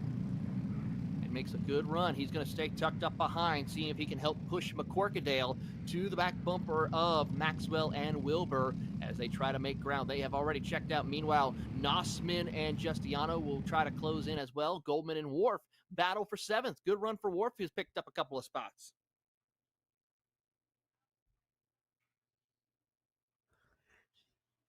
Yeah, so far so good when it comes to the racing here. Still 7 minutes to work with though. And it's a chess match at speeds of more than 60, 70 miles an hour. Looking like Maxwell throwing a haymaker, though, able to send it up the inside. Check goes to the 41. Nice set by Maxwell, and now Wilbur trying to use hand signals as he tries to line back up and focus back up to find a way to get the race lead back. Here they come down into the hairpin, and McCorkadale and Heber have now caught back up to the back bumper of Maxwell as they work their way through the top of the S's in the infield section. Nossman and Justiano are trying to trade spots here left and right as they work their way out of the final couple of corners, put another lap in the books. Maxwell looking to now lead the way here once again as he finds his opening and continues with the race lead here. 6 minutes plus 2 laps. So much plotting and planning when it comes to these types of races at this level. The pro level, you might see people set something up and immediately take the move, but in these races, you make the wrong move at the wrong time. It puts you right on the back foot. A little bit of dirt being kicked up that time by Maxwell and Wilbur this time. Wilbur just trying to ride the back bumper of the 41, push them forward. Maxwell doesn't like that, goes defensive. That allows McCorkadale to close right back up and make it a 4-car train, all bumper to bumper to bumper to bumper now, all lined up like trains in a line. They are all lined up, perfectly lined astern, heading in across the start-finish line. Maxwell holding steady here to keep the drivers at bay, looking to go for back-to-back wins this weekend as Wilbur tries to poke the nose a little bit. McCorkadale also smells a little blood in the water. He's wanting to try to get that second spot and get a shot of victory as they come through the double hairpins. Heber sends it in on the bottom, will push McCorkadale up the track, but McCorkadale will respond and maintain that third spot, but they lose a little bit of time to your top two. Yeah, lots of time being lost with that battling and squabbling. That's the risk I was trying to refer to. You go for stand side by side, you lose ground very easily here. And now Heber is going to have to focus up for the next, I'd say, 2-3 minutes to be able to have any shot on trying to go for higher than third step of the podium. Heber showcasing the straight line speed has already picked up a quarter of the gap. Now he's the bridge halfway between the karts evenly. Gains a lot of ground through turn 1. Now working the way through 2 up to 3 to close up even more. Field now works their way through here, and Maxwell doing what he needs to can do as they work on through. Heber finally gets around McCorkadale as he tries to get the run. He needs to chase down a couple of cars further back, making some contact as they work their way through. Wilbur looks over the shoulder to see how fast Heber's closing. Heber now getting a big run out of Daytona as they make the run towards the hairpin. Will Wilbur try to go and get around Maxwell knowing how quickly Heber's closing in? No, he's going to stay tucked up behind and try to continue to push the AMAX machine of Maxwell, and he'll now find the opening, takes the race lead back, but Maxwell crosses back over side by side as they come out of the corner. Here comes Heber as well. Drag race to the start-finish line. It's going to be Wilbur who will lead that lap. Heber going to set it in 3 wide down the bottom, and he will complete a 2-for-1 special. Still not done yet. More trading back and forth. Another run to the inside. Squeaking on through Maxwell as Wilbur tries to settle on down. Heber drops all the way down to third spot. Still not done yet as now they trying to fit for third. Side by side again for the race lead. Another drag race down to the back straightaway. Trying to get the poke around. Who gets the edge? Wilbur near contact. Gets it through Daytona. Gets in front of Maxwell. Beautiful drive right there by Levi Wilbur as he is able to find the opening and make the pass work for him. And already they're back at it. Maxwell pushes Wilbur up the track. This opens the door for Heber to now move up to P2. He shuts the door on Wilbur. Wilbur shuts the door on McCorkadale. 2.5 minutes plus 2 laps to go. And Maxwell has checked out by half a second as they head down into turn number 2. Big run coming up though for Heber as he tries to hunt down your race leader here as they come through the triple apex, then down into the double. And so far, so good coming out for Braden Heber. He has a little bit of breathing room as Levi Wilbur and McCorkadale do battle for third. Yeah, some intense fights all throughout this race here in this battle. They have been the class of the morning so far when it comes to battles. Heber really good on the teeth when it comes to his raw speed for the straightaways. The cornering's been a bit of a trouble spot when he's been side by side, though. The tough thing's going to be, can he get alongside to do a quick pass without having to go side by side of the corners? That's where he's been bogged down in these battles here. Looking like another reset here to try and make it a 2-kart battle instead of 4. Back at it once again. Heber staying tucked up behind Maxwell for the time being as they come through up to the triple. And so far, they're starting to still work together. Wilbur doing everything he can to not lose touch with your race leaders. McCorkadale in the hunt as well. Big run. Great corner exit right there for Wilbur to catch back up. And he's going to try to set himself up for a pass down the back straightaway. Big run coming as he looks to the inside. Heber looks over the shoulder, sees how quickly he is losing time to Levi Wilbur and falling into his clutches. Up the banking they go. Will Heber try something into the hairpin? No. Wilbur stays tucked up behind as well. We'll see maybe a pass heading into the infield. Heber shows the nose. Wilbur tries to look. Maxwell tries to throw the block. Here comes Wilbur. Gets around Heber to move him back to P2. Lursend able to make the pass, and that's the one thing. Heber tried to break away, trying to make it a 2-kart race. Didn't work out with just how much close-up some of these drivers have gotten here. But if they spend too much time fighting for this second spot, this will fall right into Maxwell's hands. Wilbur closing up rapidly through the first part of the racetrack as they make their way through the tight hairpins. Now it's the matter of, can Wilbur get a diamond line down? Yes, he can. Side by side for the lead. Side by side battle for the race lead, and Wilbur clears Maxwell as they come up to the banking of Daytona. Heber sits in the catbird seat ready to pounce. Wilbur goes on the defensive. Maxwell finds the opening, pushes his way through to retake the race lead as they come out of the hairpin, and Heber watches on. Can he try something here as they head into the S's of the infield section? McCorkadale puts a little bit of a bumper right there to Braden Heber as they cross the line. 2 laps to go as they make the run, and Heber with a big send. Wilbur 3 wide once again as they work their way through. Big send over under, and Heber tries to pick up a 2 for 1, gets second place away. McCorkadale battles for third and gets third place from Levi Wilbur from first to fourth in a couple of corners as Maxwell tries to go for a run for the race lead. Maxwell hungry to get it back once again. Run to the outside, taken away on another dive. Back and forth they go. McCorkadale, who's been so good in the corners, able to jump to second. Now Maxwell trying to go back to the defensive. Goes hard to the inside out of Daytona. And Heber yet again goes for another lunge. Not a side-by-side section though. Contact. Wilbur nearly pushes Heber off the track. Wilbur trying to hold on. Heber has to do a little bit of work to do one more time around, and it's all guns a-blazing for Heber and company. Wilbur going to go to the top side. McCorkadale in the middle. Maxwell tries to stay to the bottom. Over-under coming from Wilbur as he tries to cross over. He tries to get McCorkadale for second and focuses in on Maxwell, but Maxwell will have a little bit of an advantage. Wilbur back to second as they head to the first of 2 hairpins. Around the outside goes Wilbur. Can't do it. Over-under side by side into the second hairpin. Still not done yet. McCorkadale trying to get an air poke around on the side-by-side. Wilbur able to jump to second as they get single filed out. Wilbur forced up to the high side to try and make a move on Maxwell. McCorkadale now battles for second again. Exactly what Maxwell wants to see as they get the elbows out.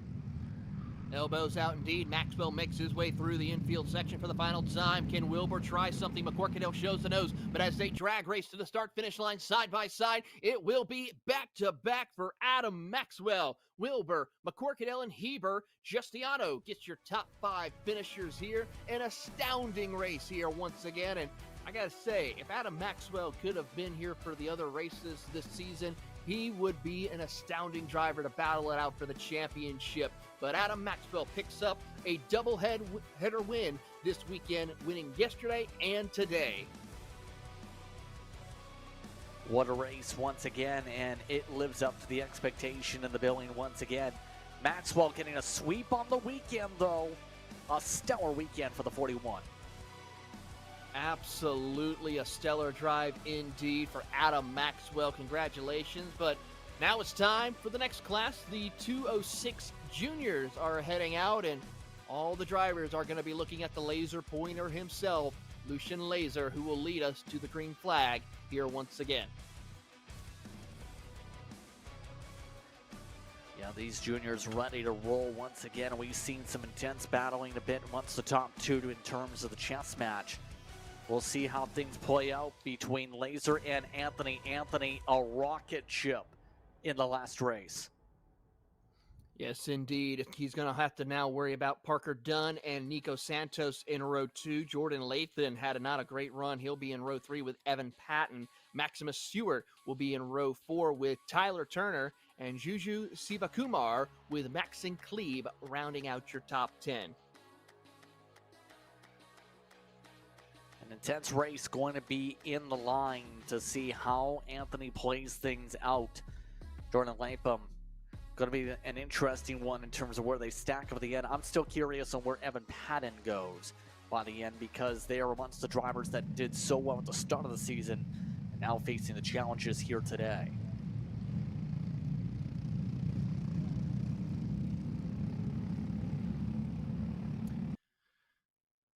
And as they make their way around the circuit here, We're just now down to 3 more races left to go in the afternoon session. Nolan Wade, Emmett King, and Gio Nelson, the other 3 competitors to keep an eye on. We have, of course, the juniors that are next to go for the next 10 minutes. Then Supermasters and Legends next on the docket for our races. And then the KA Senior and Masters division to cap off our morning session. We'll then go into a little bit of a break here for afternoon session warm-up. And then we'll be back for afternoon qualifying, free-to-air coverage for our competitors here and those tuning in on Kart Chaser. Before we go back behind the paywall for the heat races and feature races this afternoon. There you look one more time at the grid. Laser, Anthony, Dunn, Santos, Lathan, Patton, Seward, Turner, Siva Kumar, and Klebe, your top 10. Wade, King, and Nelson, your 13 kart field in your 206 junior category. As they make their way through here. AMAX versus Top Kart versus several other competitors here today, and it's going to be an exciting one as they head into the tram line to get started for 10 minutes plus 2 laps. Looking good, looking clear, looking green. Do we get a good start? Green flag is out, and away we go. Laser gets a good run on the bottom. He will hold on to the race lead, and himself and Thomas Anthony check out on the top of the field as we have 2 karts around right at the back of the field. That is trying to get the numbers off those 2. Didn't get a good look at the numbers. Tough break right there, though, for a couple of our back drivers in the back of the field. They'll keep on running, but Lathan or Thomas Anthony already taking the race lead away from Laser. Well, that was quick, to say the very least. Seeing the opportunity, one of the hairpins took the move. Now it's the matter of can Laser keep that laser pointer focused on the back end of the 317. Anthony, right about here, will show some of the speed differential. Laser going deeper in some of these corners, trying to keep up. But that center off seems really quick for Anthony. Has already built up a small buffer. It's the matter of will that time start to add up here, as already Anthony's feeling footsteps. Feeling the footsteps coming here as Laser tries to get the run going, and so far not going to work out for him because here comes Dunn and Lapin. Lapin gets a good run coming through the corner, but Parker Dunn tries to follow suit in 4th. He's kind of holding up a couple of drivers. That's Santos, Patton, and Siva Kumar trying to close back up in a fight for a shot of a top 5 finish. So far, so good when it comes to the battlings on the racetrack, but this is looking not as big of an advantage so far for Anthony, how far and how hard that 317 pushed that kart initially in the running. But remember, it was where the late run really started to set the tone for Anthony in the heat race earlier on. Lapham doing a great job being able to claw his way from 5th all the way up to 3rd spot, 2 by the way. Watching these 2 get uber defensive, just trying to follow the draft. Just try to keep up with the pace of our drivers ahead as they snake their way through.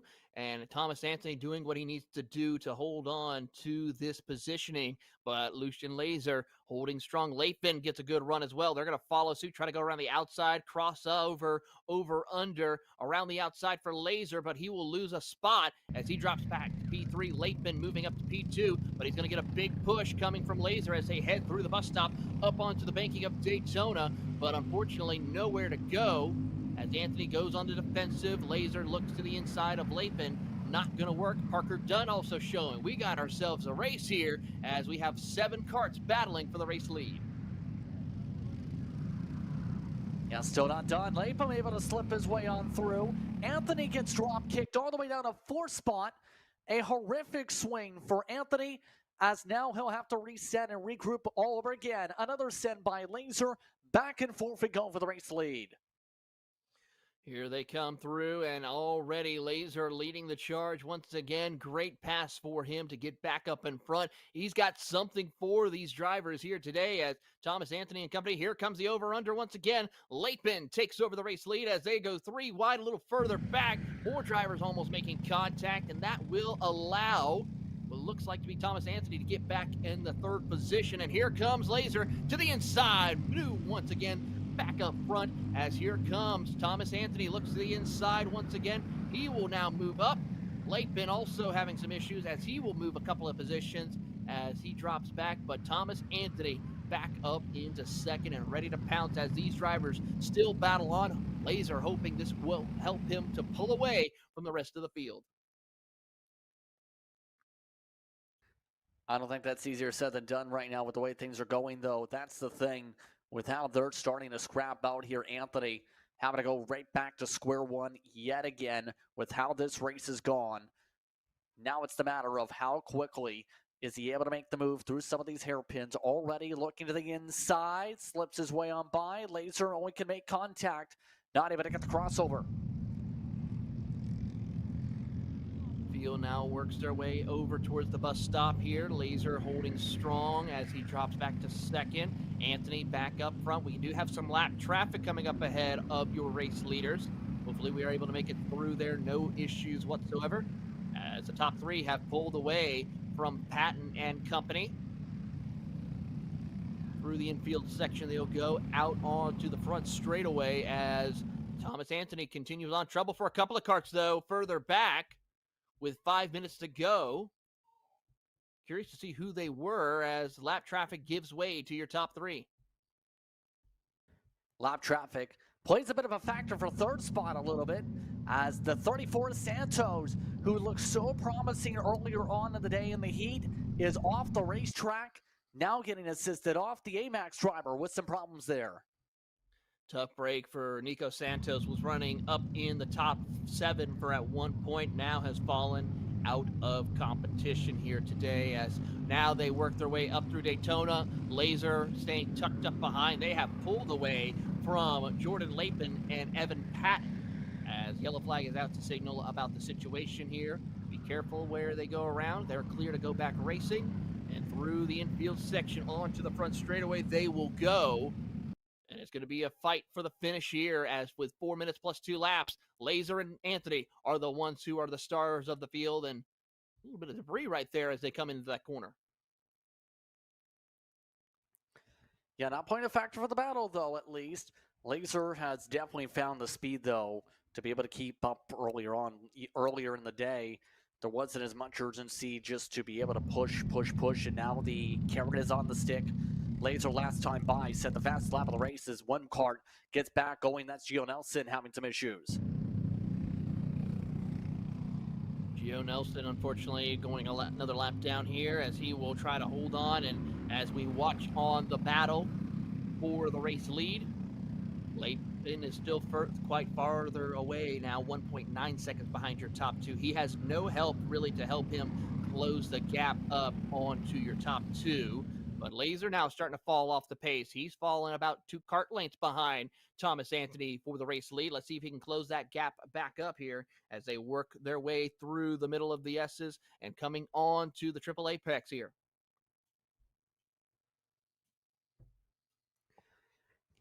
Yeah, I think right now it's just the matter of, will Anthony have an air slip up to be able to allow Laser to be able to go on through here? And that's easier said than done with the way things have shaped up here this morning in the races. Doesn't seem to have the chances quite yet to move by. All he can do with how the runs are building up is just push Anthony and just ride on behind him and wait for the next couple minutes here to be able to plot and plan how he's going to truly attack for this spot. After all, the choice is so critical. You choose the wrong spot to go side by side, you'll lose your opportunity to win the race. You pick the right spot where the competitor's not expecting it, well, it gets interesting from there. It really does, as Laser is trying everything he can in order to try and get back around Thomas Anthony for this battle for the race lead as they work their way through onto the bottom of the racetrack. Now they'll go more lap traffic up ahead as they work their way into that second hairpin. No pressure right now from the rest of the field as Laser's going to stay tucked up behind under 2 minutes plus 2 laps to go through the bus stop up to Daytona. Laser just laser focused on the action here as they approach the lap car. They'll both dive to the bottom of the racetrack as Nelson loops it around right there off corner exit, and he will hopefully continue on his way before the rest of the field catches up. believe they were able to get going though, but the leaders have been able to check out Lapham at the very least, I think, is comfortably on the podium. Give a shout out to Evan Patton, who started off this race weekend slow, started off in 10th qualifying, was able to get the 6th in the pre-final / the heat, and now in the final has been able to at least get to 4th, be able to have a solid points day for the 361 camp as Kane has fallen down the pylon. Under a minute to go, plus 2 laps. As the field works their way down towards the back straightaway here. Laser staying on the back bumper of Thomas Anthony. As we watch this battle, I think now is the time for Laser just to settle in for a few minutes. Wait till the white flag. He's got the pace. I think he can try to make a pass work for him as they head up through the infield section of the course. He is really showing he's got what it takes to take the fight for Thomas Anthony as they come down onto the front straightaway. 3 laps to go, so we get a bonus lap as Anthony holds strong for the time being. Yeah, I think Anthony is comfortable here, but is it too comfortable? See some of the other drivers, how they're faring out on the racetrack. Small gaps built up between 3-4 kart lanes between some of them. This point's just a rhythm race for some of the others. Emmett King is just ricocheting down the order. Meanwhile, something obviously happened to Emmett King's kart for them to fall down the pylon. The leaders are the closest 2 on the racetrack. Everybody else is in their own races at this point coming around the racetrack. Absolutely. Everyone else is just trying to bring it home here and get to the finish. Wrap up the morning action for their racing, because pretty much for the most part their day is going to be done after this in the 206 junior category. We may see a couple of them come out for the KA junior race this afternoon. 2 laps to go. Thomas Anthony has about a kart length advantage over Laser as they head down into turn 2 once again up to the triple apex, and Laser trying to see if he can catch back up, but he's losing a little bit of ground. Gathers it back up off the corner exit there as they head into the double hairpins. Now Laser's got to find his way to set up for a pass, especially to set him up to see what he can do. Out of the second hairpin on the back straightaway they go. Anthony looks over the shoulder, not seeing anything set up from Laser to see if he can pass him, but he's going to try to just stay towards the bottom, not allow the opening. Here comes Laser, though, to the bottom, shows the nose, but Anthony shuts the door on him as they come up, goes a little bit too wide, which opens the door for Laser to try to see if he can set something up for an over-under. He'll look around, not able to do so, loses a little bit of time as he has to try to catch back up as they come take the white flag one more time around. Might have been too early in that initial poke coming out of Daytona. Now, will there be another opportunity? Laser's closed up a few of the kart lengths back to be able to close to the rear end. Needs to find a way to diamond in this section to be able to have a true opportunity. It's been difficult to pass in the final sector. Anthony knows the crossover attempts are real. Laser trying the outside. Anthony makes it stick as they work their way to the back straightaway. And as they head down the back straightaway for the final time, nose to tail, Laser has only a couple of opportunities left. We see Anthony go on the defensive. Laser crosses over, big slide, pushes him up the racetrack to take over the race lead right there. Beautiful drive right there by Lucian Laser to take the spot, but can he hold on? Because here comes Thomas Anthony with a head of steam through the final couple of corners here. Great drive coming, and across the start-finish line, it is going to be Lucian Laser as Thomas Anthony voices his displeasure of that pass. But for Lucian Laser, race winner for him here today in your 206 junior category. Bit of a deep send, but in the end, it's Laser who takes the checkered. Unofficially has the win. There is a black flag waving from the flag stand. We'll have to see what that's for as Lapham, Patton, along with the 4 machine, able to get top 5s here. Parker Dunn, surprisingly, after looking top 5 speed earlier, only able to get the 7th behind Nolan Wade in the order. Absolutely an incredible race right here in your 206 juniors as the rest of the field crosses the line. Gio Nelson and, of course, Nico Santos out of the race competition. And it's now time to go for our second to last race, our penultimate race before we take our lunch break. The 206 Supermasters and 206 Legends next on the docket.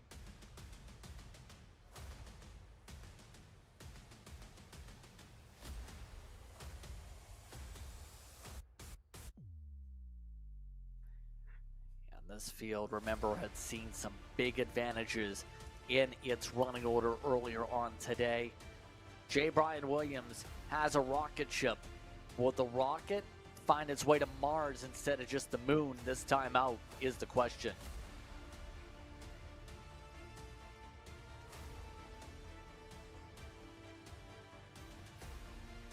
Here's your starting lineup for the 206 Supermasters and Legends. It's Brian Williams, Travis Wilbur, William McLaughlin, Mark Kirk, Stevens, Whitaker, Chris Dillwell, and Richard Lemasters to wrap up your field. Just waiting for the final few carts here and taking a look over in the scale line to make sure everyone behaves themselves here, as you know we could see some drama that could unfold in the scale lines after a race, especially one that we saw right there in our 206 juniors.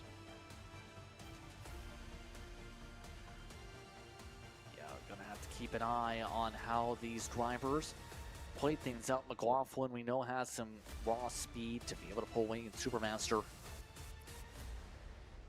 Going to be interesting. These drivers will have to get the chess pieces ready to go here as some of the engines get fired and the gate gets ready to open.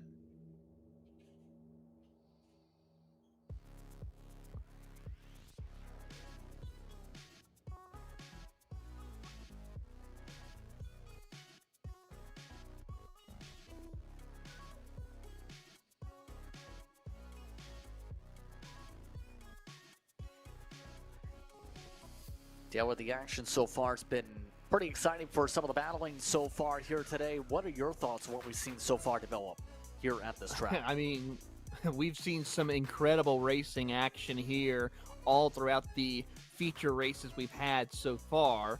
I have a feeling it's going to be a little bit more tamer in the 206 Supermasters and Legends.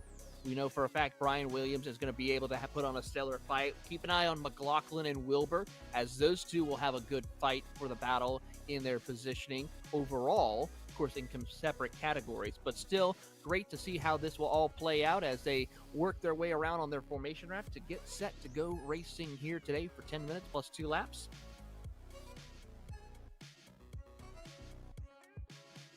As we're due to the fact that the red flag just a little bit behind schedule, so we'll try to get you an update on when we plan on going back to racing action for the afternoon. As we get set to go, a little bit of a thumbs up coming in from Travis Wilbur and Brian Williams. We touched on it a little bit yesterday. The camaraderie between our Masters divisions here is incredible to see. They race each other hard, but respectfully, and put on incredible driving amongst each other as they now make their way through. One driver going a little bit too wide, has to catch up. That looked like to be the driver of Mark Kirk, set up to go in his Swift machine. They make their way over into the tram line, set to go racing here once again. And as they cross the tram line, here we go racing. Waiting from the officials on the green flag. Green flag is out, and away we go. Set for 206 Legends and Supermasters, and there goes Brian Williams once again with a great jump on the field. McLaughlin gets around Travis Wilbur for second place overall as they battle for fourth.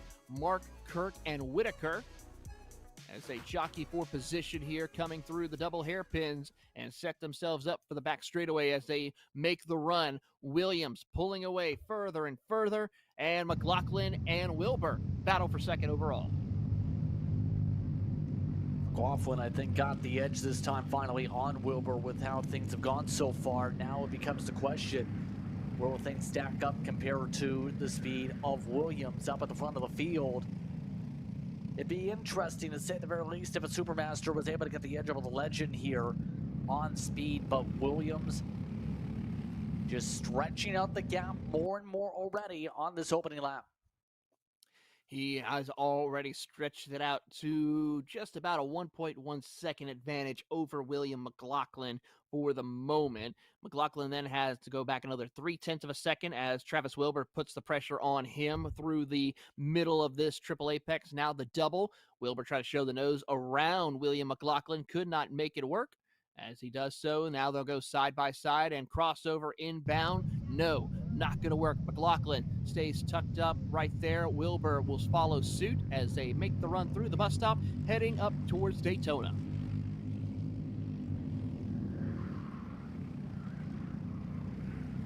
So far, Wilbur just trying to crack the code on trying to get second overall on the racetrack, as McLaughlin saying, you know what, go ahead. It's not for position for the points. May as well go ahead. And Wilbur now gets to run on his own in clean space.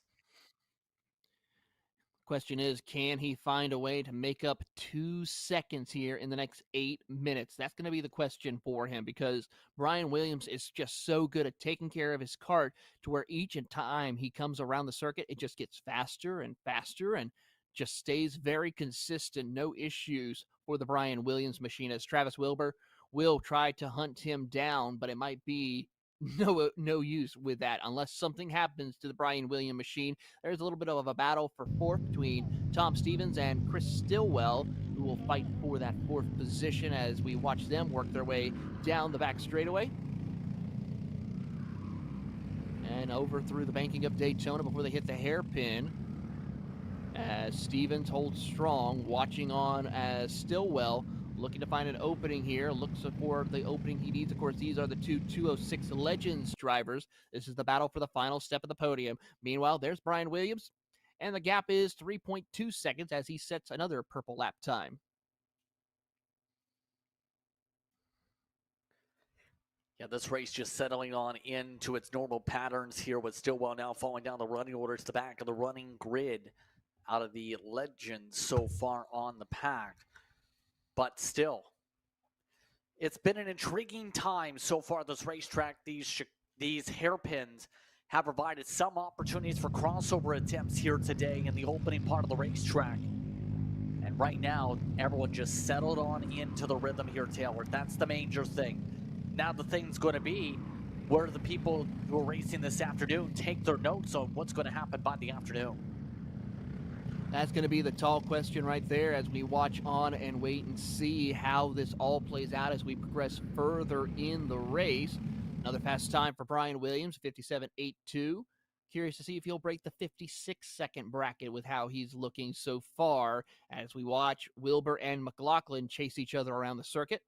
And so far, not going to be any closer for McLaughlin to Wilbur, as they both set personal best lap times. Everyone else starting to fall off just a little bit amongst our front runners from fourth on back.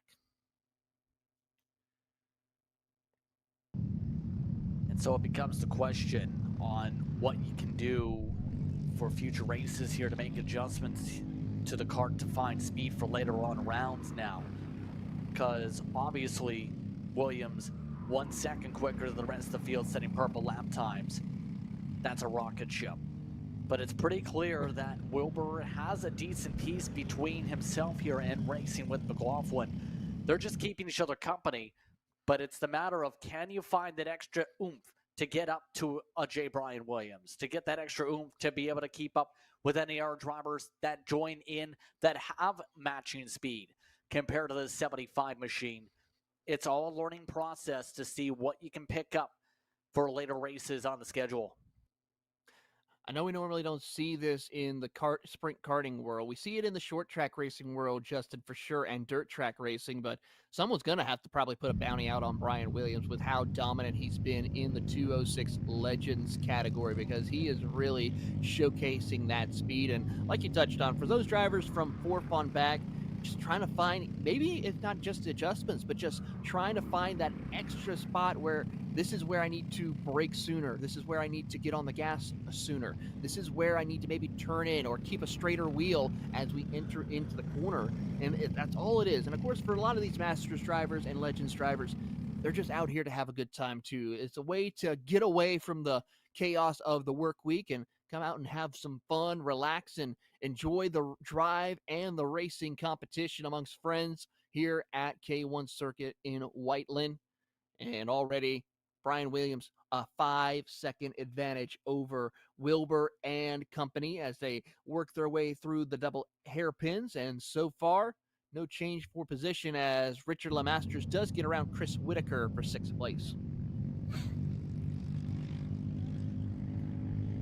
They've been bouncing back and forth 5th, 6th, and 7th on the racetrack in terms of some of those positions right now. But Wilbur's now put on the afterburners too to be able to start showing the raw pace of the kart. Wilbur last time out did finish 3rd step of the podium. Getting to the race, second step, we did not get logged there, so just settling down and running forward here in his kart. Seems to be very comfortable. J. Brian Williams just trying to see how big the yardstick can get, how big the distance can get up at the front of the field here with 3 minutes to go. Well, I've known him to stretch that lead out by a significant margin in a end of a feature race, and I have a feeling he's going to try to stretch it out to over 8 or 9 seconds here. Wilbur's going to try everything he can to keep up and try to condense it, but of how that kart's set up right there, you see him working through the bus stop. It's just so planted. It's just so, I would almost say, perfect for how his kart has been able to work all throughout the season here at the K1 circuit in Whiteland. Just phenomenal drive. He's only been beaten one time in the 206 Legends category. We may see him compete in the Masters this afternoon, but for the 206 Legends driver, it's going to be a 7th win for him, possibly. If he's able to keep it on the track, no issues happen for him with 2 minutes plus 2 laps to go. Yeah, everybody else just settled on in. Whitaker and LeMasters have lost so much ground as of late, too, to Stillwell, who's been able to find his water legs after going to the back of the field for a little bit as well. You see that battle on the racetrack towards the rear end of the group. LeMasters running a little bit wider lines. Whitaker trying to run more flatter based on the numbering. So right now, just trying different lines, see what's going to stick. So far, these two will battle for position here, and we'll then go back up to our race leader, Brian Williams. Trying to see which manufacturer that is for the kart that we see here as he comes around. 1 minute plus 1 minute 20 plus 2 laps to go as they head down into turn number 2 as they approach the triple apex here. Hits 1, goes out. There's the second. There's the third, and then the double right here as they come through towards him, and he's actually going to catch the tail end of these groups here, possibly before the end of this race. Yeah, there is this strong chance of being lapped at this point with how things are shaking up here, but it's going to be interesting where things close on up.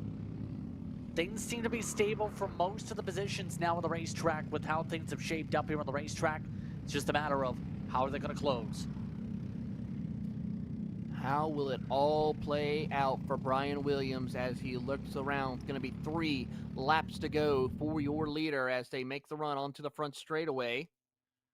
And he's now fallen off a significant. He's now about 1.6 seconds off his fastest lap. So he's just set to cruise control, makes no pressure of it, works his way around the circuit here, and just making sure he will continue on. But yeah, he is closing in to putting at least maybe 1, if not 2 drivers a lap down before that checker flag falls.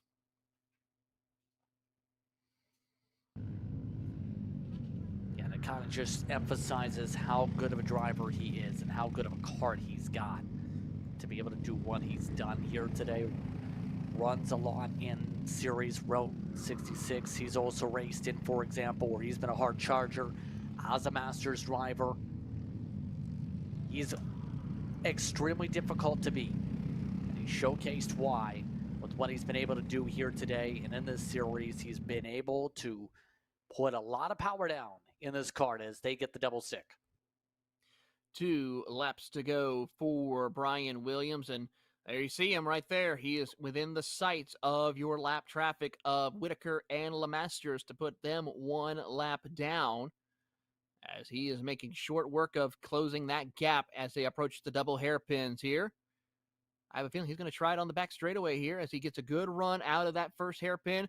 The driver's lap traffic gives way, and they will both go 1 lap down as they make the run down the back straightaway through the bus stop up onto the banking here at Daytona.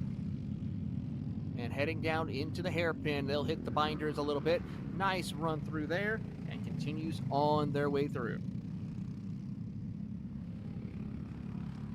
Just easy, smooth driving. That's all he needs to do right now. He doesn't even need to panic. The lead in the class, mind you, still up by 7-8 seconds with the white flag waving. Just has to get it to the finish line And he's able to celebrate yet again for another victory on the campaign. He's won almost every single time out on the season. He's had a drop from the podium this season. That's how strong he's been this season. That's pretty incredible when your only drop week is a podium finish for a championship run. As there you see Travis Wilbur, and then, of course, William McLaughlin holding strong as well, about 12 seconds ahead of the next driver of Tom Stevens. As here he comes, Brian Williams out of Daytona into the hairpin, and he's going to kick in the afterburners a little bit, see if he can set a fast lap here at the end, because he is flying around this circuit. Comes up through the infield section of the circuit, and as he comes out of the final couple of corners, he will collect another win. It's win number 7 for Brian Williams. A dominant day, a dominant drive as the rest of the field will get to just finish things out. Travis Wilbur finishes 9.5 seconds back at the end of the interval. Meanwhile, the Supermasters goes the way of William McLaughlin, able to hold on by a full lap for that class.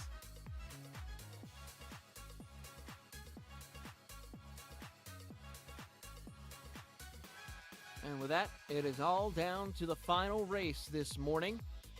Your KA Seniors and KA Masters about to do battle here for the final time of the day, final time of the weekend for your KA category. Who's the driver you're going to be looking at to take on the win here? Because we have AJ Lunn and Dane Van Dyke on the front row, Raider Santos and Kevin Simonellic in row 2, Eric Estrada and Macy Galen in row 3, Abram Dean and Joshua Nelson rounding out your 8-cart field. I think for Lund, he's got the opportunity to be able to get another victory on this season, try and get himself a 4th feature win of the season. Now it's going to be the question, will Dane Van Dyke be able to do what he did in round 6 of the season and get himself up at the front? Seems very fast, seems very, very confident. What he's been able to showcase so far in the 79. The top 2, I think, are going to be able to get a breakaway a bit here, but it's going to be difficult for Van Dyke to keep up with Lund. Well, we're about to find out as they make their way out onto the track here in a few moments. There's the last couple of carts coming down onto the scale line here.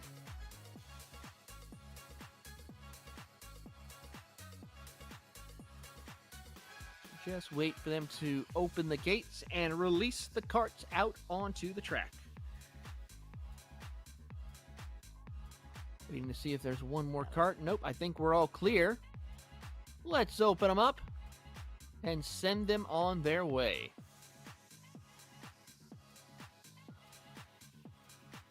Gates are open, drivers are ready. Now we're about to see how good the racing gets here. For these competitors, this is our last final of this morning. And then everyone's going to have a fun time going out to get something to eat, to be able to get some food from the Whiteland Paddock Lounge. Know that K1 Paddock Lounge has a lot of good treats that are at a good price here at the facility. Yeah, really good chance for y'all to go do that. Or if you brought your grill, it's a great day to be grilling out there for those of you out in the paddock. And get yourself a nice burger, get yourself ready to eat, enjoy, hydrate, because it's going to get a little bit steamy in the afternoon session of temperatures hitting close to 90 degrees, a temperature of 88. It's going to feel, though, like 92, 93. And I don't really see a breeze out there out on the track right now. I mean, a little slight one from the flags, but none from the tops of those trees that we're seeing all around this circuit. So there's a quick look one more time at your starting lineup for the action in your KA Senior and Masters category as they double up and get set to go racing. It's Top Kart versus Tony Kart on the front row. Then you have the AMAX machine right there of Raider Santos ready also to get involved. A couple of other karts involved in this fight. Another Top Kart of Kevin Simonellic in the hunt as well. A Croc Promotions kart by the looks of it in the 21 of Joshua Nelson.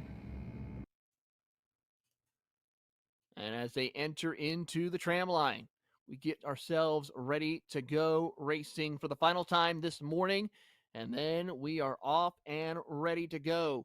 Officials give it a good once over, and green flag is out. And already, how about the driver of AJ Lund getting a good run on the bottom? He gave a little room to Dane Van Dyke, but already at the top of the field, they're going to go side by side, battle for the race lead. You see the driver of Lund holding strong. Van Dyke and Semenelic battle for second.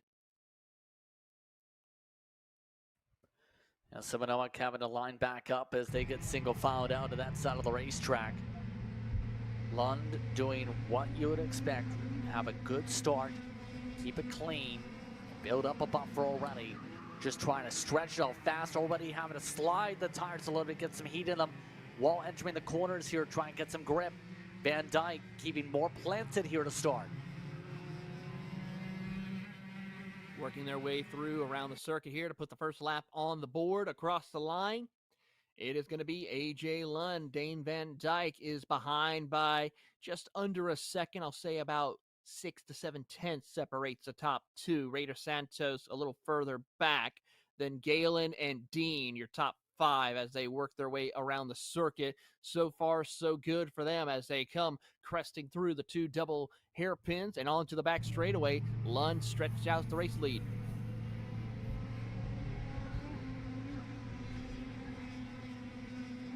Right now, that gap still growing already. Lund really likes to slide the tires out, just push his way to the corner, let the grip try and stick through the Rhino Ladder sections on this racetrack. And it's been working so far for the 43, already up by 5-6 kart lengths and growing that gap here, 7 tenths up. He was 2 tenths quicker than Van Dyke last time by with the way he's handling the kart. Great drive right there by AJ Lund. Dane Van Dyke trying everything he can to keep up with the pace that Lund is setting. Santos starting to fall to the wayside and into the clutches of Mason Galen, as those two may have a fight for the final step of the podium as they come on down to the back straightaway here. Lund holding strong. It's about 5 to 6 kart lengths between them, and then a big run coming out of the bus stop onto Daytona as they head into the hairpin. Big run coming in the fashion of AJ Lund. That top kart certainly setting the pace here in your KA Senior.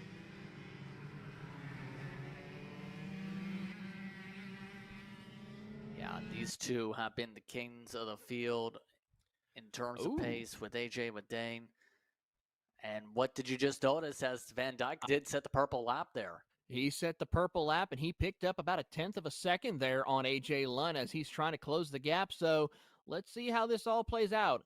Lund is trying to showcase some good speed, but here comes Dane Van Dyke with a big head of steam coming in his way as they come down the back straightaway. I think we see Van Dyke in that Tony kart starting to get that kart wound up in his favor. Let's see how he is on the long run as they come out of the Daytona corner down into the hairpin. And you see a little bit of a slide right there by AJ Lund while Van Dyke is able to keep that kart planted, not really sliding the tires as much. So that could be something that could come in the favor of Van Dyke of how well he's taking care of his equipment here. And that shows again because there's a time difference. He takes another 10th off, 51.12 to a 51.2 for your race leaders.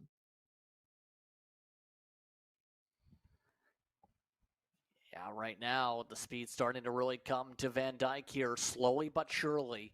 He's marching his way ahead. Has to be able to keep this up consistently to have an opportunity for the race lead here. At this point, if I'm Van Dyke, I'm trying to go almost qualified run. Try and get as fast laps as possible to keep Lund within pace.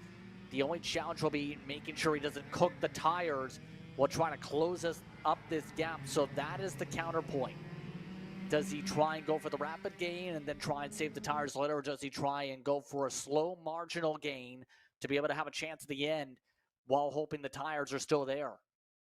I think the tires are starting to fall off AJ Lund because Dane Van Dyke just dropped another 3/10 on your race leader, a 50.95, and he is closing quickly. He puts the back bumper there on him and moves him a little bit of a slide from AJ Lund as they come out of the second hairpin down the back straightaway. Better run off corner exit for AJ Lund as they head through the bus stop up to the banking of Daytona. A good fight for the race lead here as we approach halfway, plus 2 laps to go. Out of that hairpin, they come up the hill and into the infield section, but Van Dyke really found something here in this feature race as he tries to find a little bit of hope to get around the domination we're seeing from AJ Lund here today. Yeah, now I think at this point, Van Dyke's got him right where he wants him at this point. Half a race to go. Lots of time to plot and plan.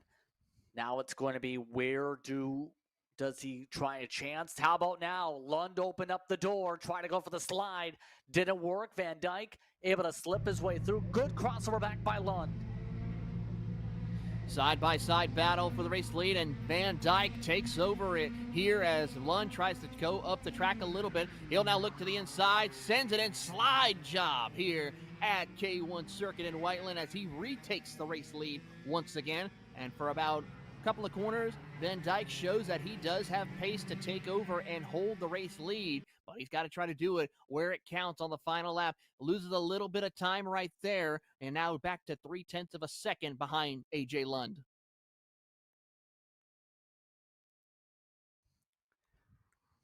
Yeah, has to reset yet again. Lund doing a really good job on the back and forth. Going to take another lap or so, I think, for Van Dyke to get another true shot to get alongside with some of those diamond lines he's been trying in the hairpins. You can see him just trying to push, get himself lined up with some draft here to get closer and closer here as Lund has stopped sliding the rear tires. That Kart is a lot more planted than how the race started. It seems to be working now in AJ Lund's favor. Let's see what the times are, because Van Dyke has closed the gap back up a little bit, maybe by a 10th or so as they cross the line.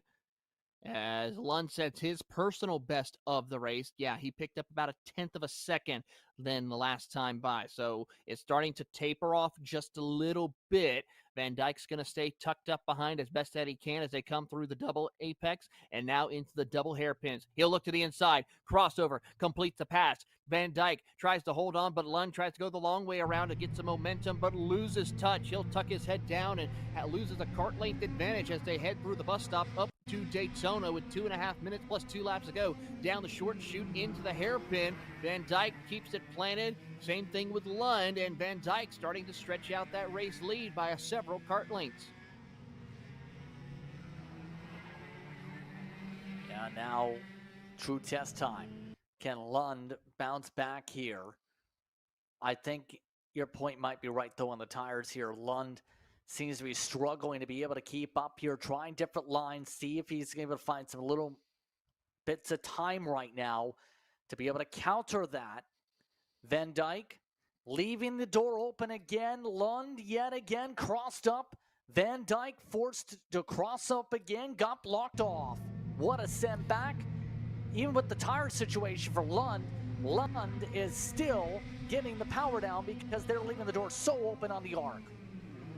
Great racing amongst these two, respectable racing as well as they race each other, give each other plenty of room, not push the envelope, don't want to make any contact. With 1.5 minutes to go, we're looking at right around 4, maybe 5 laps to go as they come across the front straightaway here. And so far, AJ Lund once again. Now here comes Van Dyke, crosses over to the inside and holds on to the race lead. But here comes Lund with another run out of turn 3, 4, and 5 as they come through the double apex here.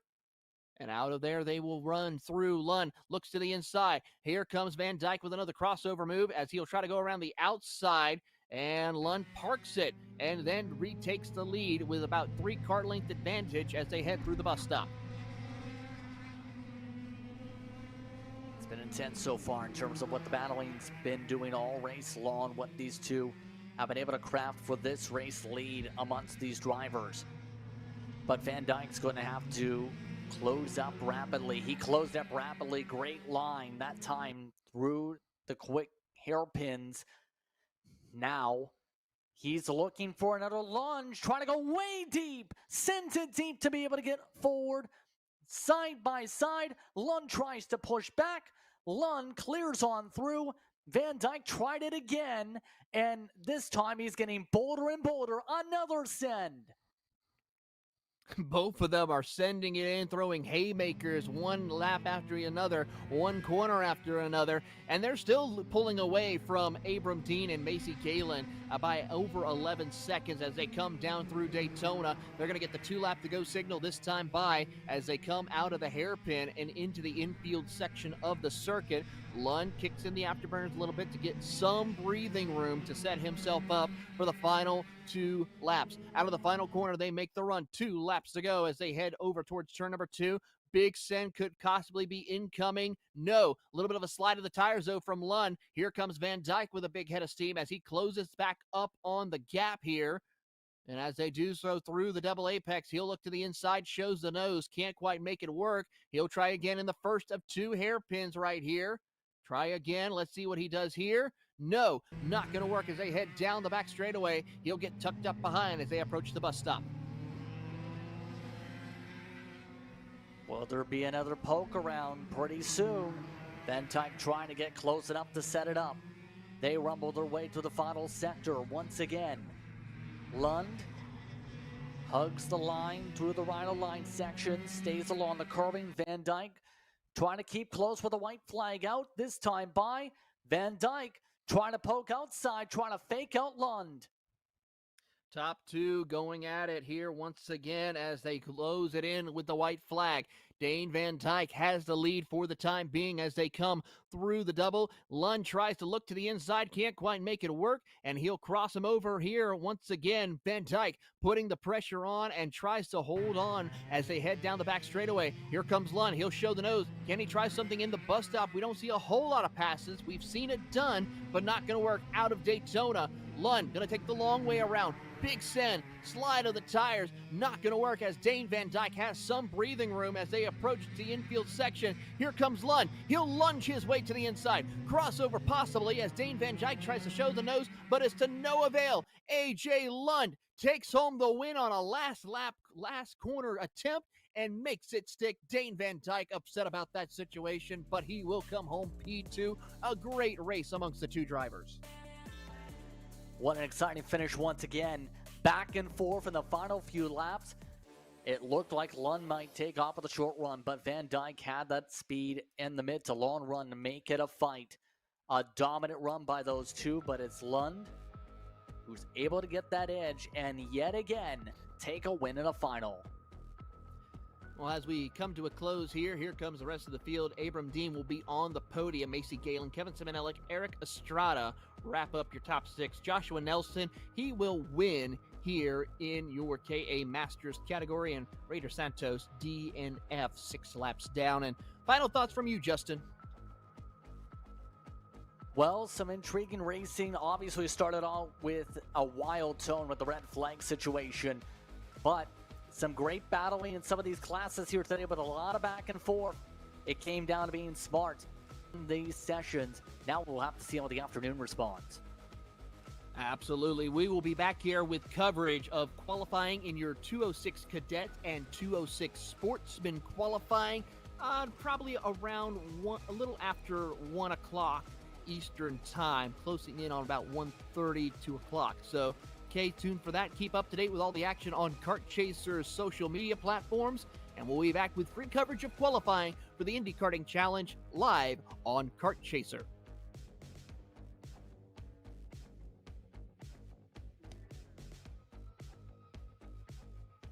DPK Americas is bridging the gap between the U.S. and the 2-time world champion DPK Alonso Kart factory team in Europe. In partnership with Team Binnick, they offer drivers a complete career path from the Americas to Europe that allows them to continue their driver development on both sides of the world, all underneath the DPK umbrella. For more information, contact DPK Americas at max@drivensm.com to take the next step in your driver development journey today.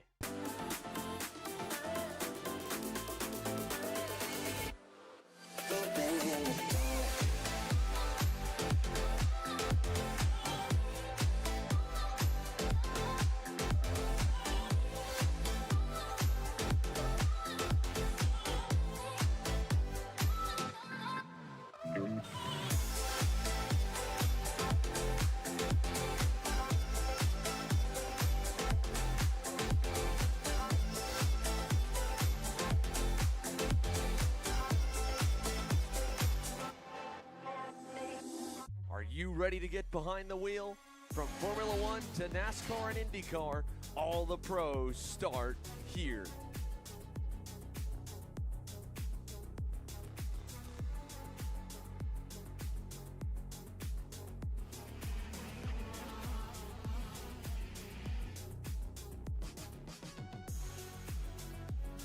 For more information, check us out online at mcckarting.com or call us and go racing today.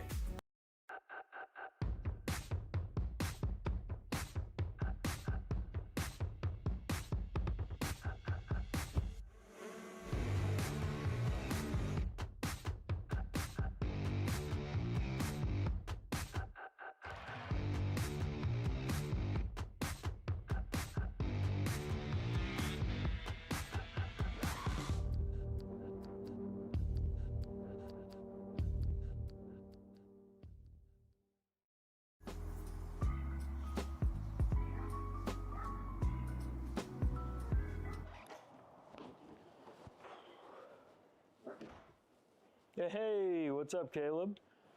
What's up, Brandon? You sound defeated. A long day at the office? Yeah, got stuck at a cat food marketing meeting for like 3 hours. I don't know a thing about cat food, and I don't even work in marketing. And then I got sent on a coffee run like I was some sort of intern.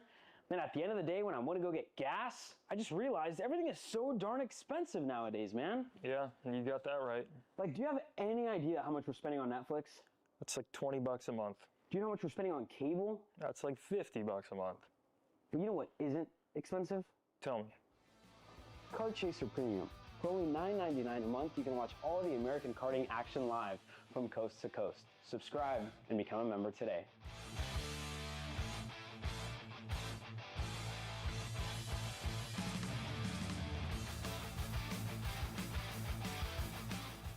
The K1 Circuit Semi-Pro League. This is a competitive race series with two classes. Junior Series for those who are under the age of 18, and the Senior Series for those who are 18 or older. If you think you have what it takes, come out and prove your skills on League Night. Both schedules are live on the K1 Circuit website. Your Kart Chaser live feed will resume shortly.